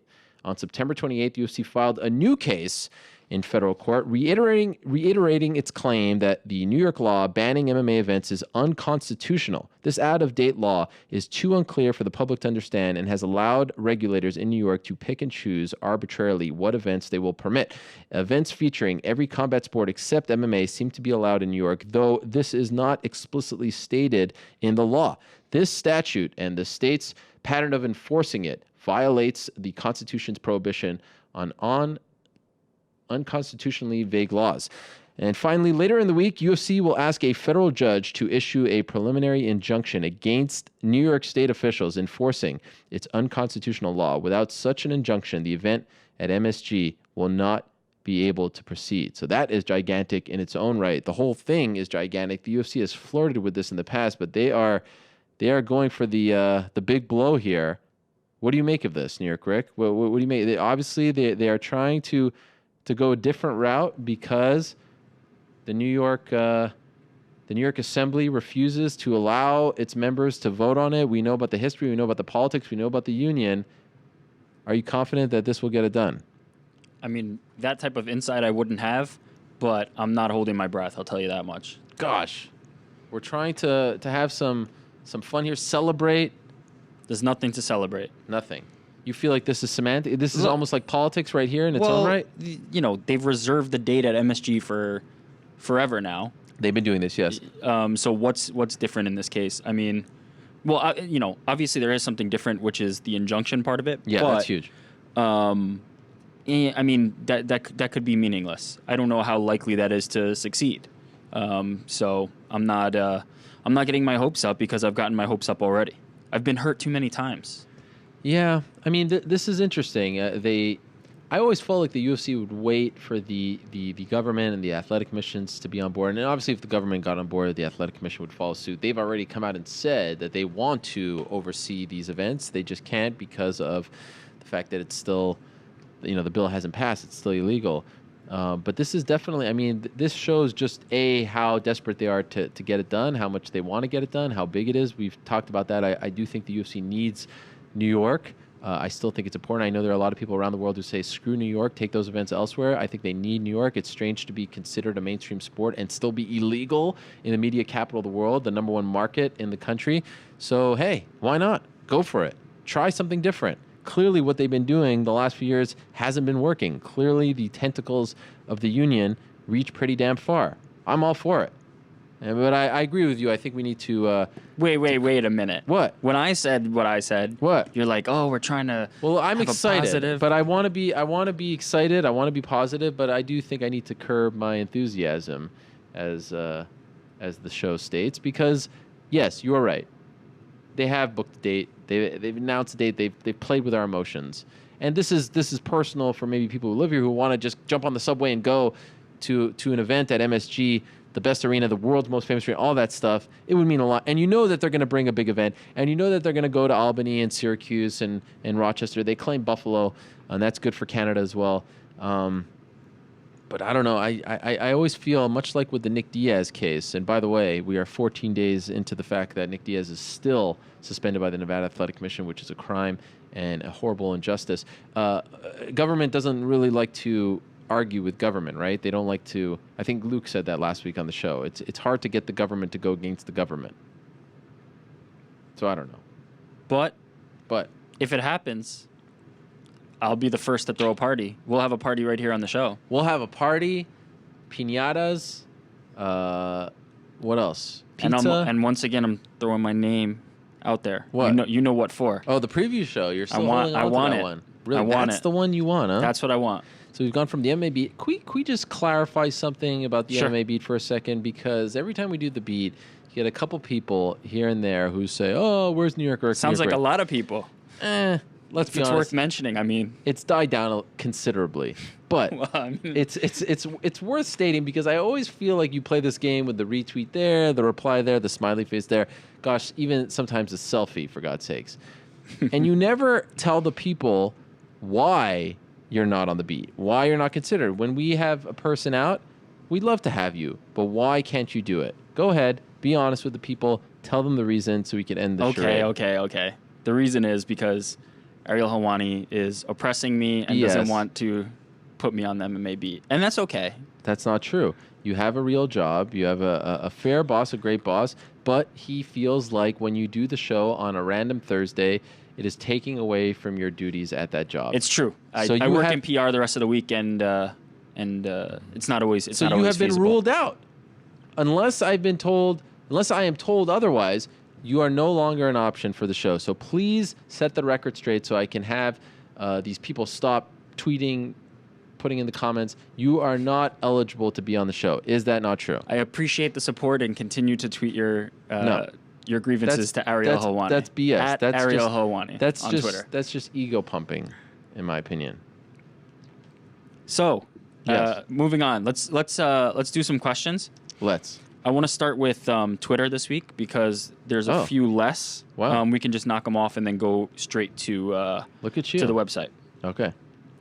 And I think I want to slip a call in there as well. We got a call? We have somebody who's been dying to get on, and it couldn't be more timely. Okay, so just put them on. Well, I have to call. So let's do Twitter first. Oh, what kind of a caller do you have to call? Don't worry. First question from Twitter. Yes. What's next for Josh Barnett? I'm sure that Josh would love a rematch with Travis Brown. Well, that's interesting. I didn't even think of Travis Brown, to be honest. I was kind of thinking Matt Mitrione for Travis Brown since they've been going back and forth. Sure. But it's interesting that they haven't booked either of them. You know, Dave mentioned Arlovsky. I thought of Arlovsky off the bat, but I kind of feel like at this point, if Arlovsky's only going to fight in like January, February or so, and he's not fighting for the belt, for the record, I'm not on board with the Frank Mir idea. I know I reported that on UFC Tonight. Doesn't mean I'm on board with it. I think that the first time they fought, it didn't make a lot of sense. It wasn't the best fight.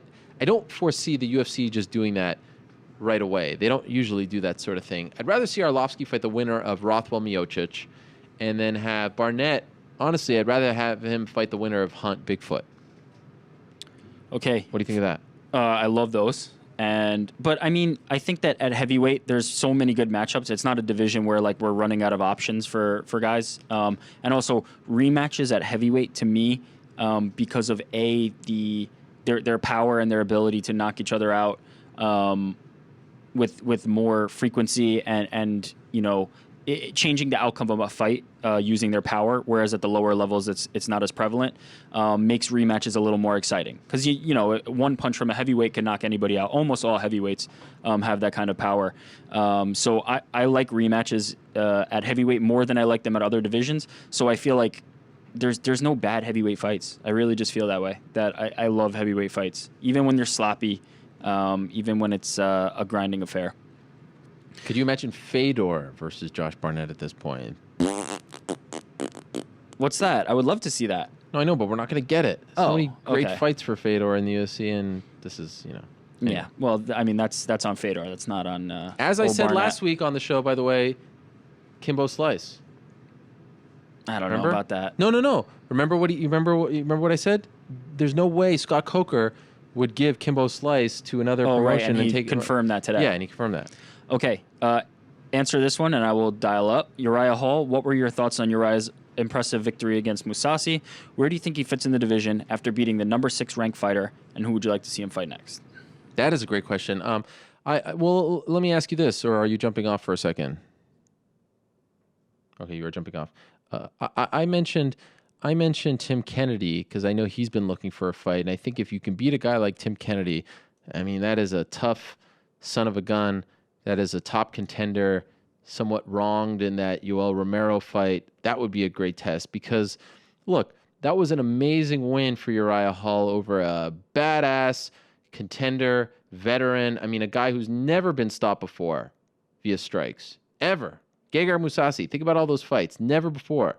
And to pull off something like that, a spinning back kick and then a flying knee, amazing stuff. Finally, Uriah Hall, steps up and picks up a big win. And I know he's not a fan of the media, which I don't know if it's 100% fair. I feel like the media has been pretty good to Uriah Hall. Like, I don't know. I just feel like we've pumped him up and talked about him and been excited about his fights, and things have happened here or there. But I don't know if there are a few fighters who could say, oh, the media hasn't treated me fairly.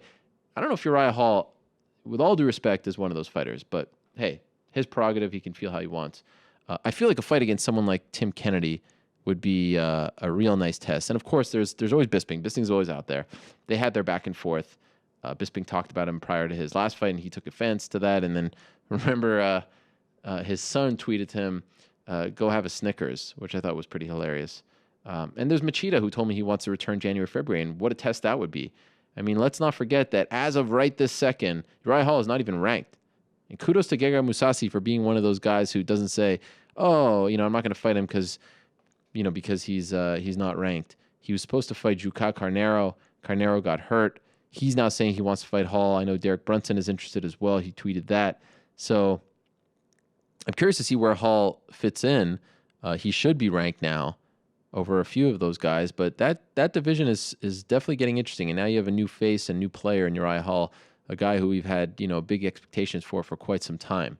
Is he top 4? We talked about that Fab 4 of Weidman, Rockhold, Jacare, and Romero. Not quite there, but if you can get a fight against a Kennedy, a Machida, a Bisping, you win that one, then you're there. Let's not forget, way back when, also Chris Weidman fought him at ROC, Ring of Combat, and beat him. But that was a long, long time ago. But a great win, and definitely one of the highlights of Saturday. Huge win, the biggest of his career by far. Now, let's go to the phone lines. Been a while since we've taken a call, and this particular gentleman was actually very patient last week, and we had to bump him because of Uriah Faber. And by the way, I want to mention something about the Uriah Faber. I got a lot of people who gave me props and said, "Great interview, one of your best interviews," all that. I don't really know if it was my best interview. I don't even know if it's fair to call it that because I think I asked like 5 questions throughout the whole thing. But I really appreciate people liking. In fact, at one point last week, we were number 3 on iTunes, and I don't even know how the iTunes rankings work. I don't even know what goes into it. A lot of it doesn't make sense, but I don't think we've ever been that high. So I appreciate everyone who commented or download, spread the word, and I appreciate Uriah coming on and opening his heart and just laying out the whole story. That was definitely memorable stuff. Anyway, this guy was on hold, and we had to bump because we went too long. So happy that he called back. Johnny from Long Island, longtime listener, back on the show. Johnny, what's up? Hey, H, how you been, brother? It has been a while. Where have you been, my friend? Oh, man, living life, man, trying to fight this Nick Diaz thing. What the hell is going on in your sport today, brother? My sport. It's all our Your sport. You are part of us. Yes, 100%. And you have always fought for us. And I have been dying to ask you one question and one question only. Yes. Do you think the Nevada State Athletic Commission should be arrested? Whoa. Or yes, press charges for, fined, or just called out in a real court? Do they have to be accountable? Yes. Ever? Yes, 100%, 100%. And as I've said multiple times, that was an abuse of power to the highest order. It was appalling. It was disgusting. I've called it criminal. And what I mean by that is I believe that they did not give him a fair shot. They did not even... Isn't it criminal that Pat Lumbaugh said he better testify? Isn't that just like... I honestly don't think that they away. understand the concept behind the Fifth Amendment, and they actually used that against him, which is wrong. Now, I think nowadays, if you're a constitutionalist, they think you're an enemy of somewhat.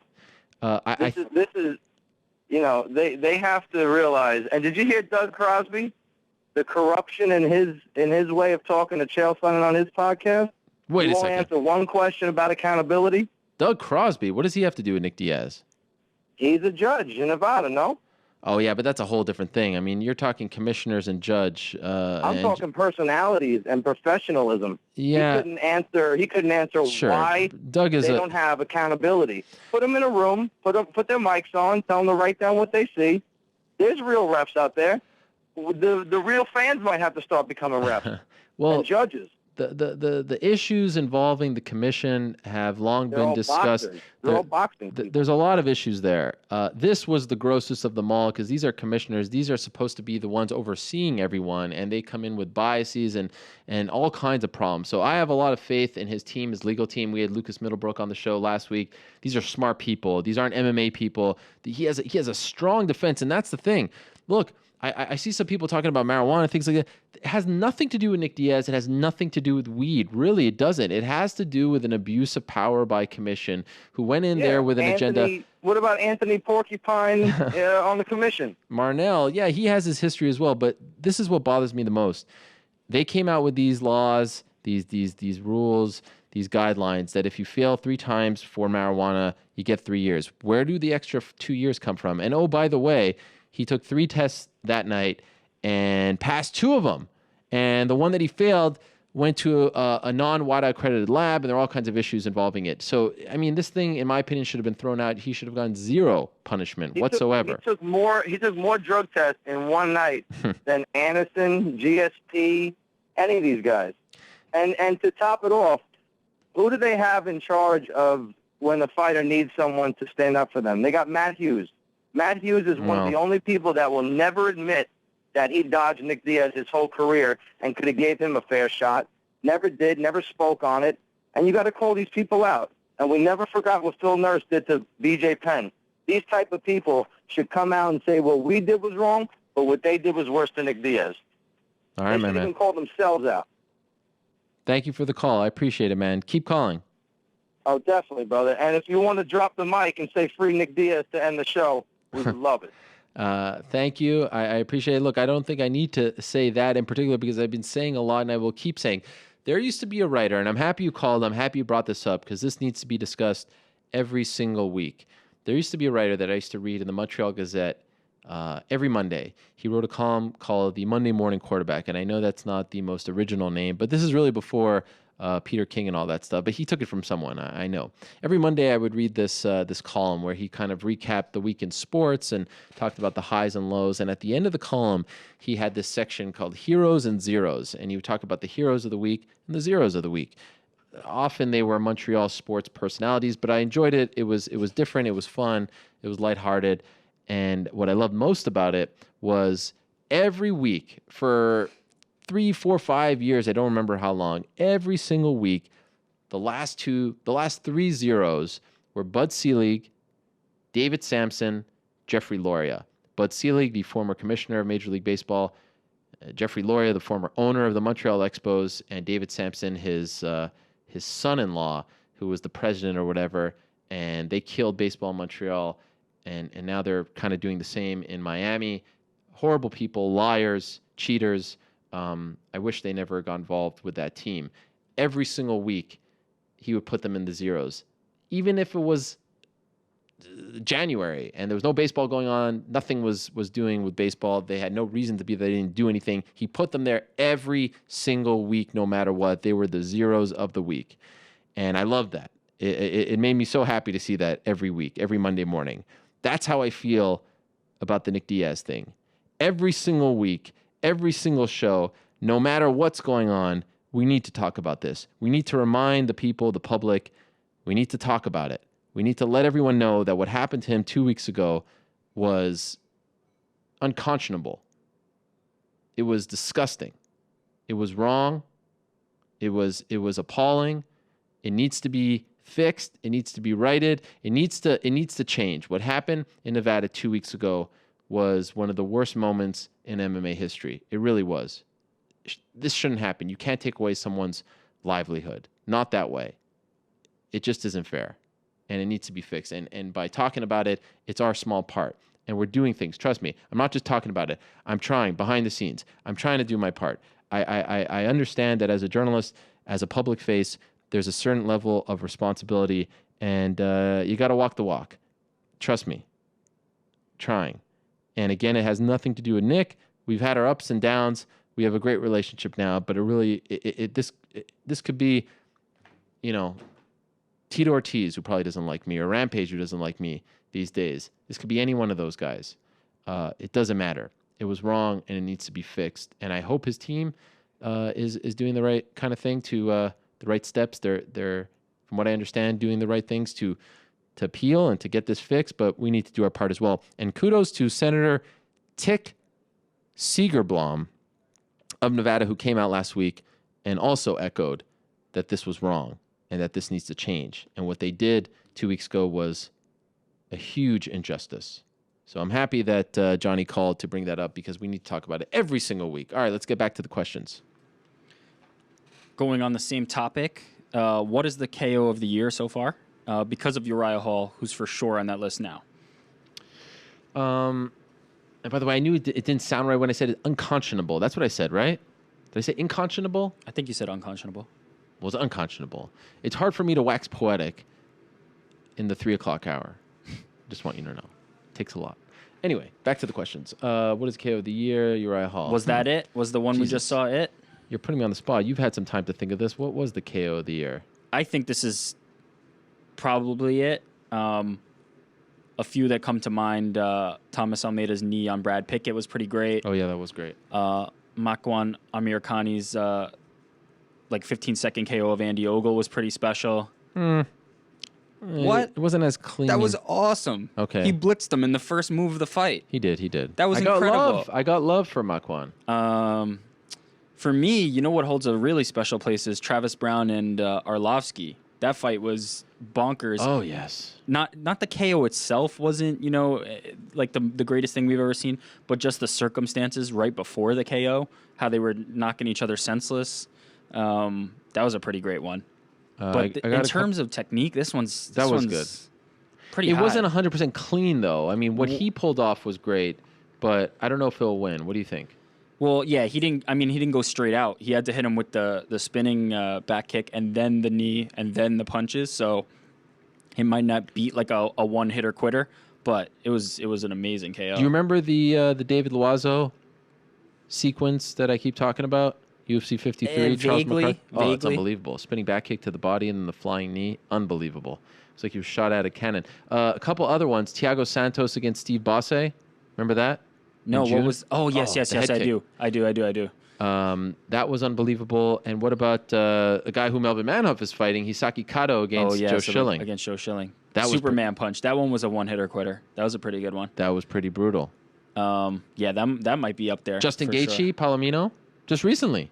last week. That was good, but I mean, it was a little obscured when it was on camera. I feel like that one's not going to get as much credit, although it was a really clean knockout.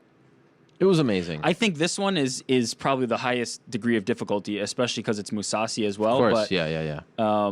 We'll see. We'll see at the end of the year when we give out our awards. It's fun when a new contender emerges, especially one who we had high hopes for, who stumbled early, who stayed with it. What a complex character Uriah Hall is. The guy just seems to have many layers to him and is slowly bringing it out. The worst part about knockouts like this, honestly, is just that it brings out all the violent tweets. What an amazing display of violence that was. I got to be honest, when I saw that, I wasn't thinking, wow, violence, yay. You know what I mean? I was like, holy crap, that was amazing athleticism. That was unbelievable. I can never imagine doing something like that. That was a professional athlete doing what he does best. It wasn't, oh, I can't wait to see that 1,000 times so I can see Mousasi's head fall against the mat and bounce a couple times like a car crash. Yeah, but can you separate the two? Yes, I can. I can't. I mean... You can't? No. The idea is he's throwing fists and knees and feet at somebody else's head to cause a concussion. And at the end of the day, that's a violent act. And regardless of how we try to frame it, I think violence is really inherent in the sport. Yeah, of course it is. I'm not blind to what's going on, but I don't watch, I'm not watching this weekend Daniel Cormier and Gustafsson to see someone's head get smashed off. I want to see But if it happens, it's the most exciting part of it. You can hope for a great, back and forth fight, but a lot of times that includes a lot of concussive blows to the head as well. That's the worst part to me. The violence is inseparable for me, and I feel like we by nature have that appreciation for it. Not me. Diego Brandao, speaking of complicated characters, yes, was the former tough winner low down on the card. Perhaps the kick in the behind Diego needed to get his career back on track. It's only one win, but it was impressive. Should his next fight be back on the main card? That was another great knockout, a great win. It was. A quick one as well. I mean, he was on the main card, but he got bumped up because of Kid Yamamoto having to pull out and that fight getting scrapped. I don't know. Brandao is a fun fighter, an exciting fighter, but I don't know if we are going to see more out of him against better competition. I think we know who Diego Brandao is at this point, and that's an exciting fighter who will beat a certain kind of fighter. And, he's not Roy Nelson like I was talking about him earlier, but to a degree, like Conor beat him and then went a step up. I don't know if Brandao has a title run in him. You know what I'm saying? Sure. Is that being harsh? No, that's. I just think you need certain players in certain divisions, and every division has them. And there's only one belt. Not everybody's going to be the champ. So, I mean, Kakuno, I think we kind of know what we're getting out of him at this point as well. So I don't know. I thought it was fun. He's there. He fills out a card. And you know what you're going to get, and there are plenty of those in the UFC, but I don't think this is a sign of a title run or anything like that. Have you read Gegard Mousasi's replies to the fans regarding his upset loss to Uriah Hall on social media, with him countering with your mom jokes, and even in some of the cases wishing a few of the disrespectful fans to kill themselves? What? Since none of them would be missed. If so, what is your opinion in the matter? Surely this is taking it too far, I guess. Gegard Mousasi, did he really do this? I feel like I definitely saw something about him responding to people on Facebook, and to be honest, I have no problem with it. Honestly, I did not see this at all. I saw him write, "Today was not my night. Congrats to my opponent." But there's some people who come back as soon as you say that with, you suck. You should have never lost that. I lost money on you. Like all kinds of things. And he replied because I'm looking at his Twitter. He probably deleted all of them. No, this is Facebook, I think. Facebook.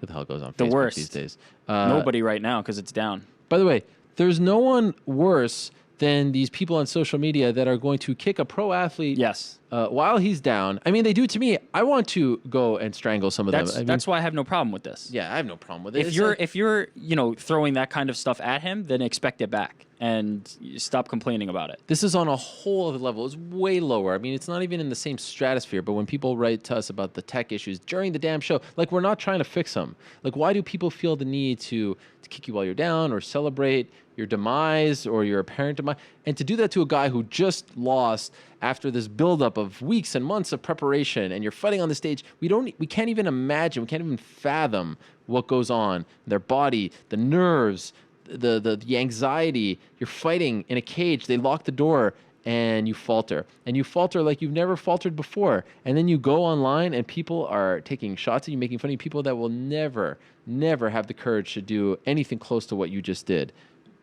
Screw those people. I mean, he shouldn't even respond to them.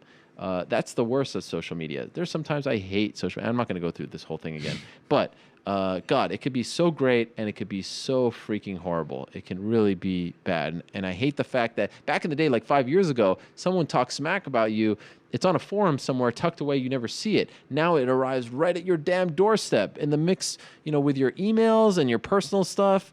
And that sucks. And it sucks that he had to endure that if he really did. So I'm okay with it. Tell those people F off. Who cares? Why is UFC 192 flying under the radar? I live in Houston, and to tell you the truth, there isn't a big buzz. In fact, the card snuck up on me. Yeah. The card is pretty epic, and I'm sure it will be a success, but why the limited promotion? The Countdown show hasn't even aired yet. No love for H-Town or DC. Well, typically the Countdown show airs Saturday or Monday, and it's airing tonight on FS1, so have no fear. I heard it's actually a really good one. I look forward to watching it. I haven't seen it yet. I don't know why it has come out of nowhere. I mean, look, let me just go through the card right here for a quick second. Francisco Trevino versus Sage Northcutt. That's the first fight. Did you see that new reality show, the Dana White thing? I haven't watched it yet, but I've heard good things so far. It's produced by Rory Karp, who's the guy who's doing the CM Punk series, who also, and I'll say this, he put me on that 30 for 30, yes, so I love him forever. But he's incredibly talented. He's done the Book of Manning. He did that Christian Leitner one, the Snoop Dogg series that was on ESPN recently about his son. He's tremendous. So this series, if you want to call it that, is called Looking for a Fight, where it's Dana White, Matt Serra, and Nick the Tooth. They go around grassroots MMA looking for talent.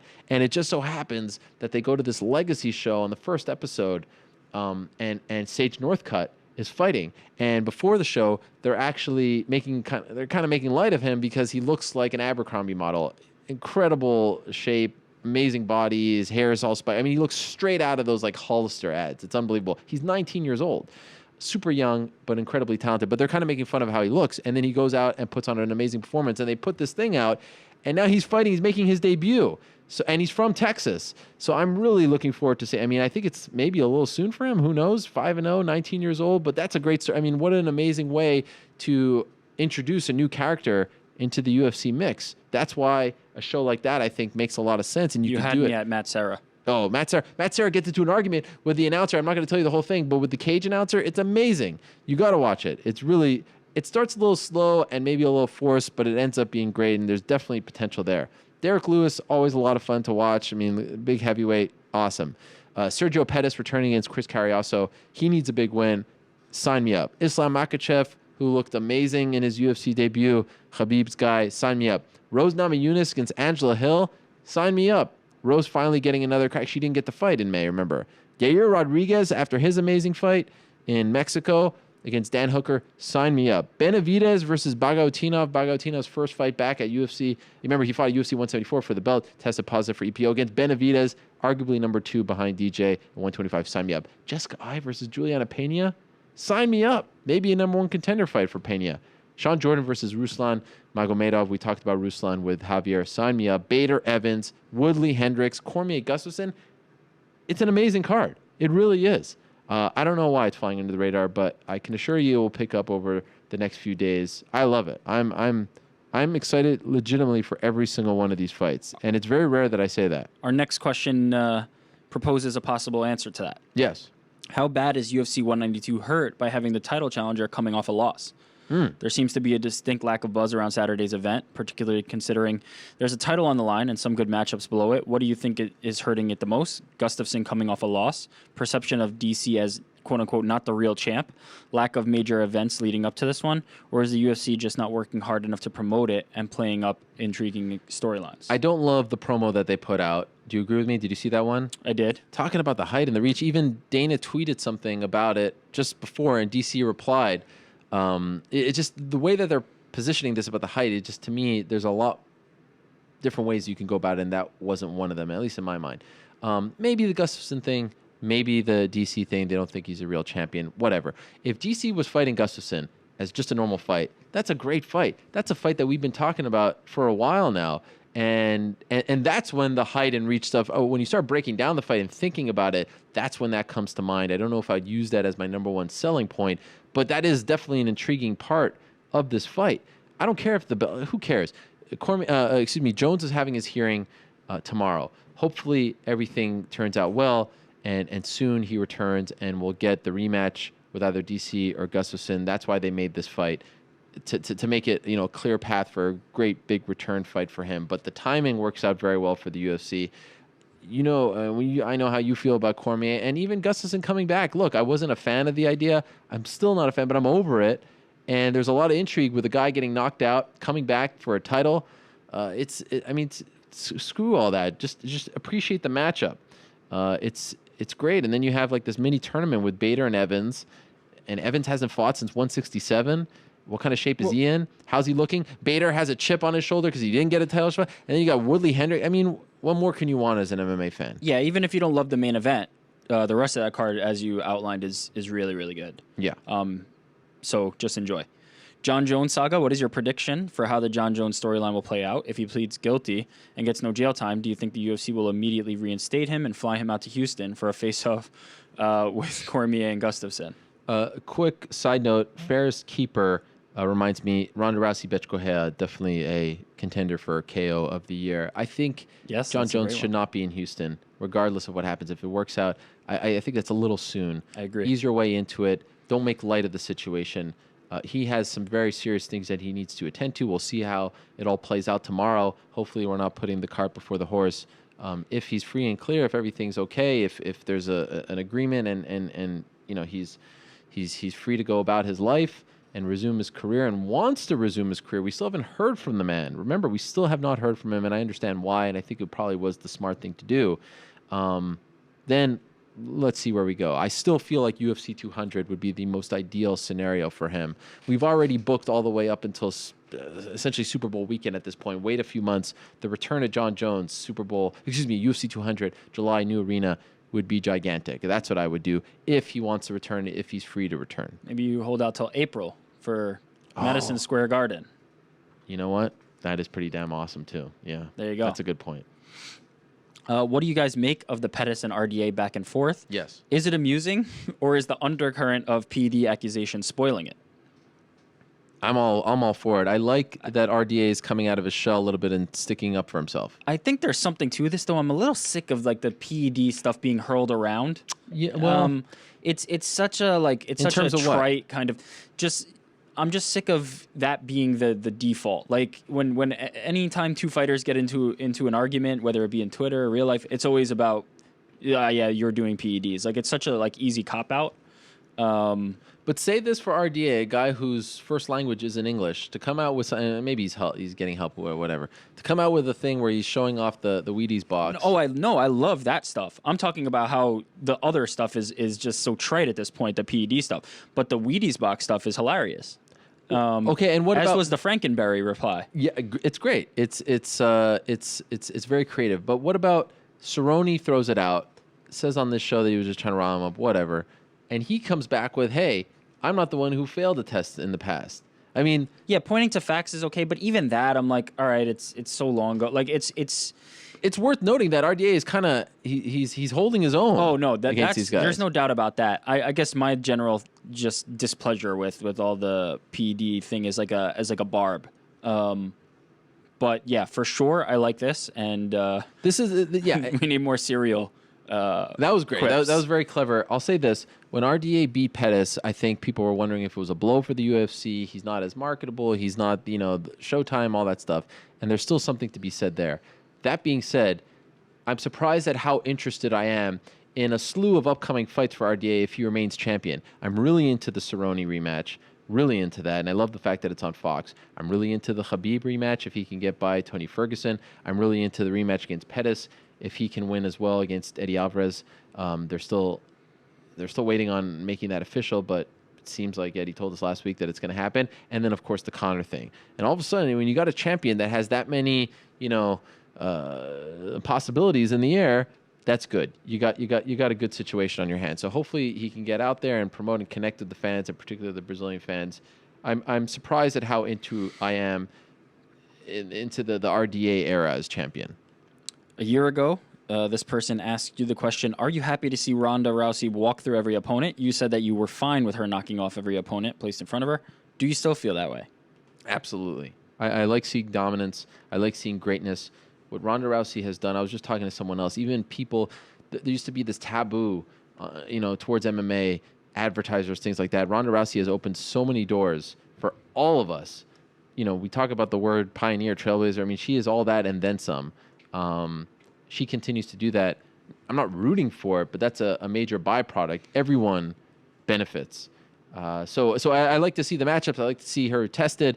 I'm on board with the Holly Holm fight. I'm fine with it. I obviously want to see the Cyborg fight, and I think Juliana Pena is out there as well. If she wins, I'm fine with all of that, and I definitely think that there's interesting fights for her in the future. But dominance, look how people respond. People want to see that. The Tyson thing, they don't mind seeing 30-second knockouts. I think it's great. Okay, last thing. Let's preview 192 using the betting odds. Yes, I want to do it for you. Oh, you looked at it? I mean, I looked at it. Mother. They're easy, though. Okay, I feel go like, ahead. So, Northcutt and Trevino. That's interesting. Don't overthink it. I'll go with Northcutt because I think people are kind of getting on his bandwagon a little bit here. He's a big favorite. Really? Minus 360, Trevino plus 300. Wow, what do you think of that? I mean, it's watch the show. For me, I don't like betting on guys debuting in the UFC just because it's a different stage, and I kind of like to see one under the belt before I even consider it. Yeah. But based on everything I've been hearing, this seems okay. But I would stay away from it completely. That's just my rule. Derek Lewis versus Victor Pesta.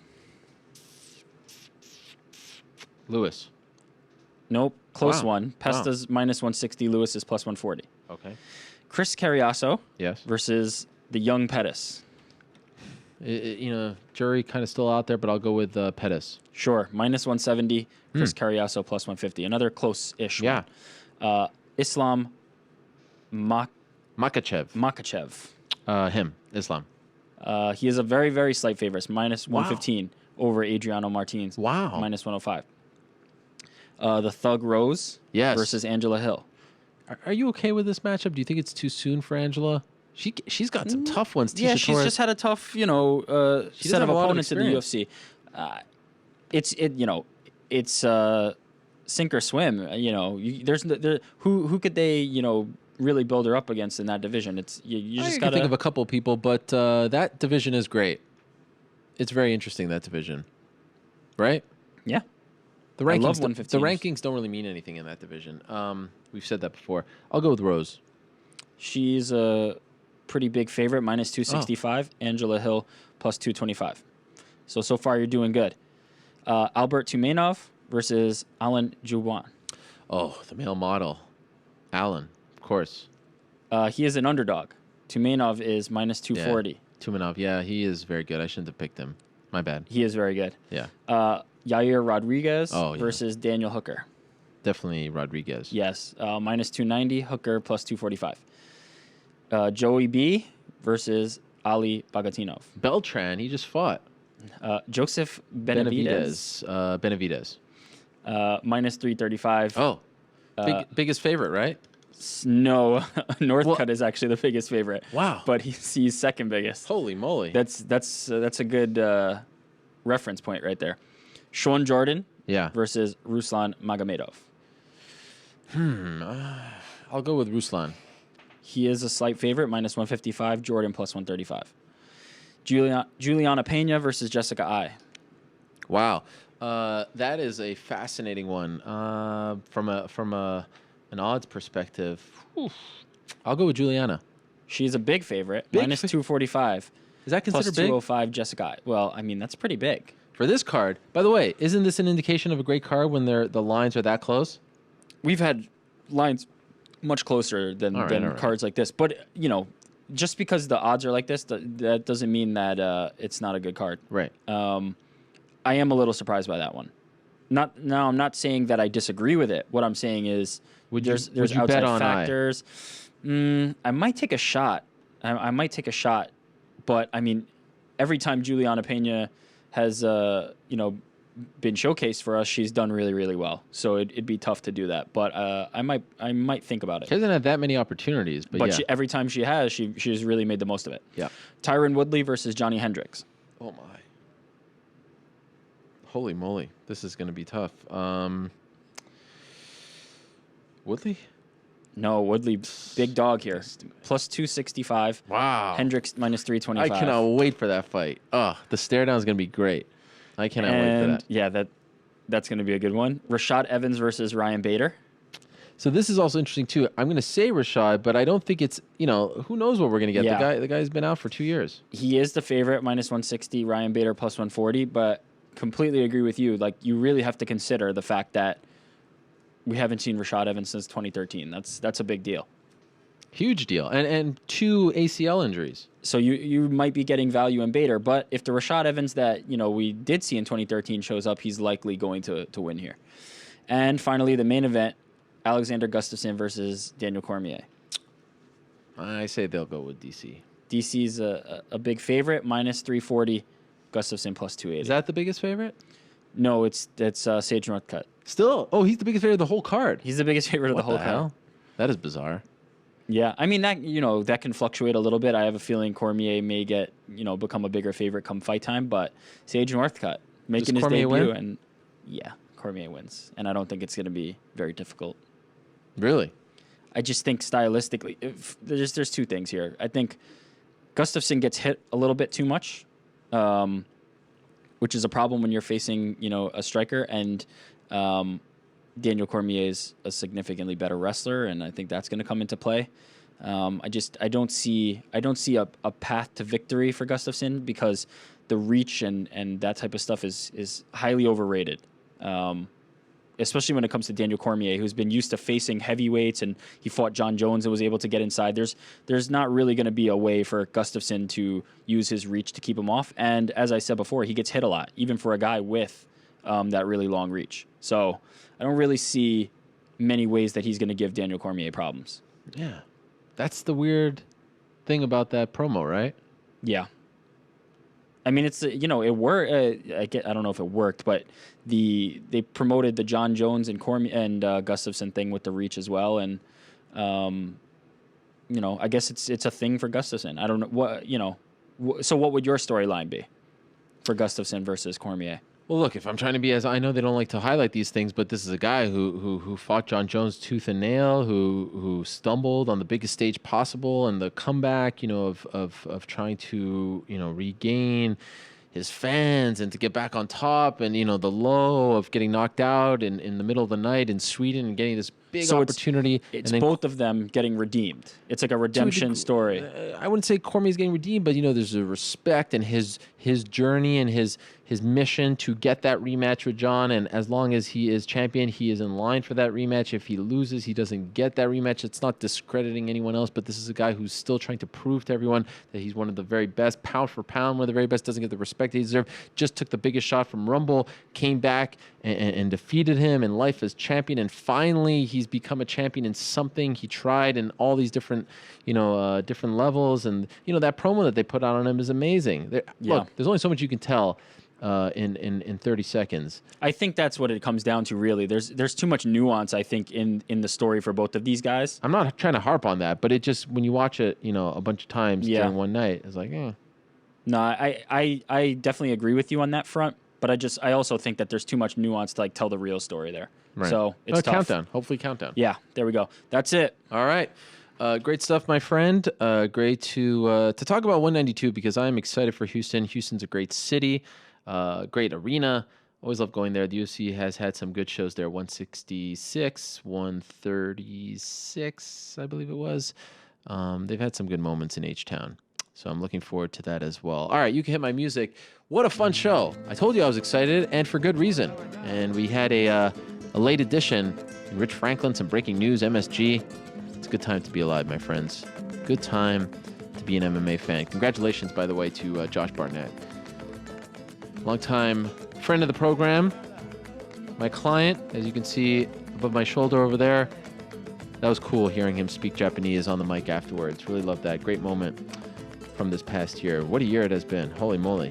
Can't imagine when we recap the year. So many things have happened and so much to go.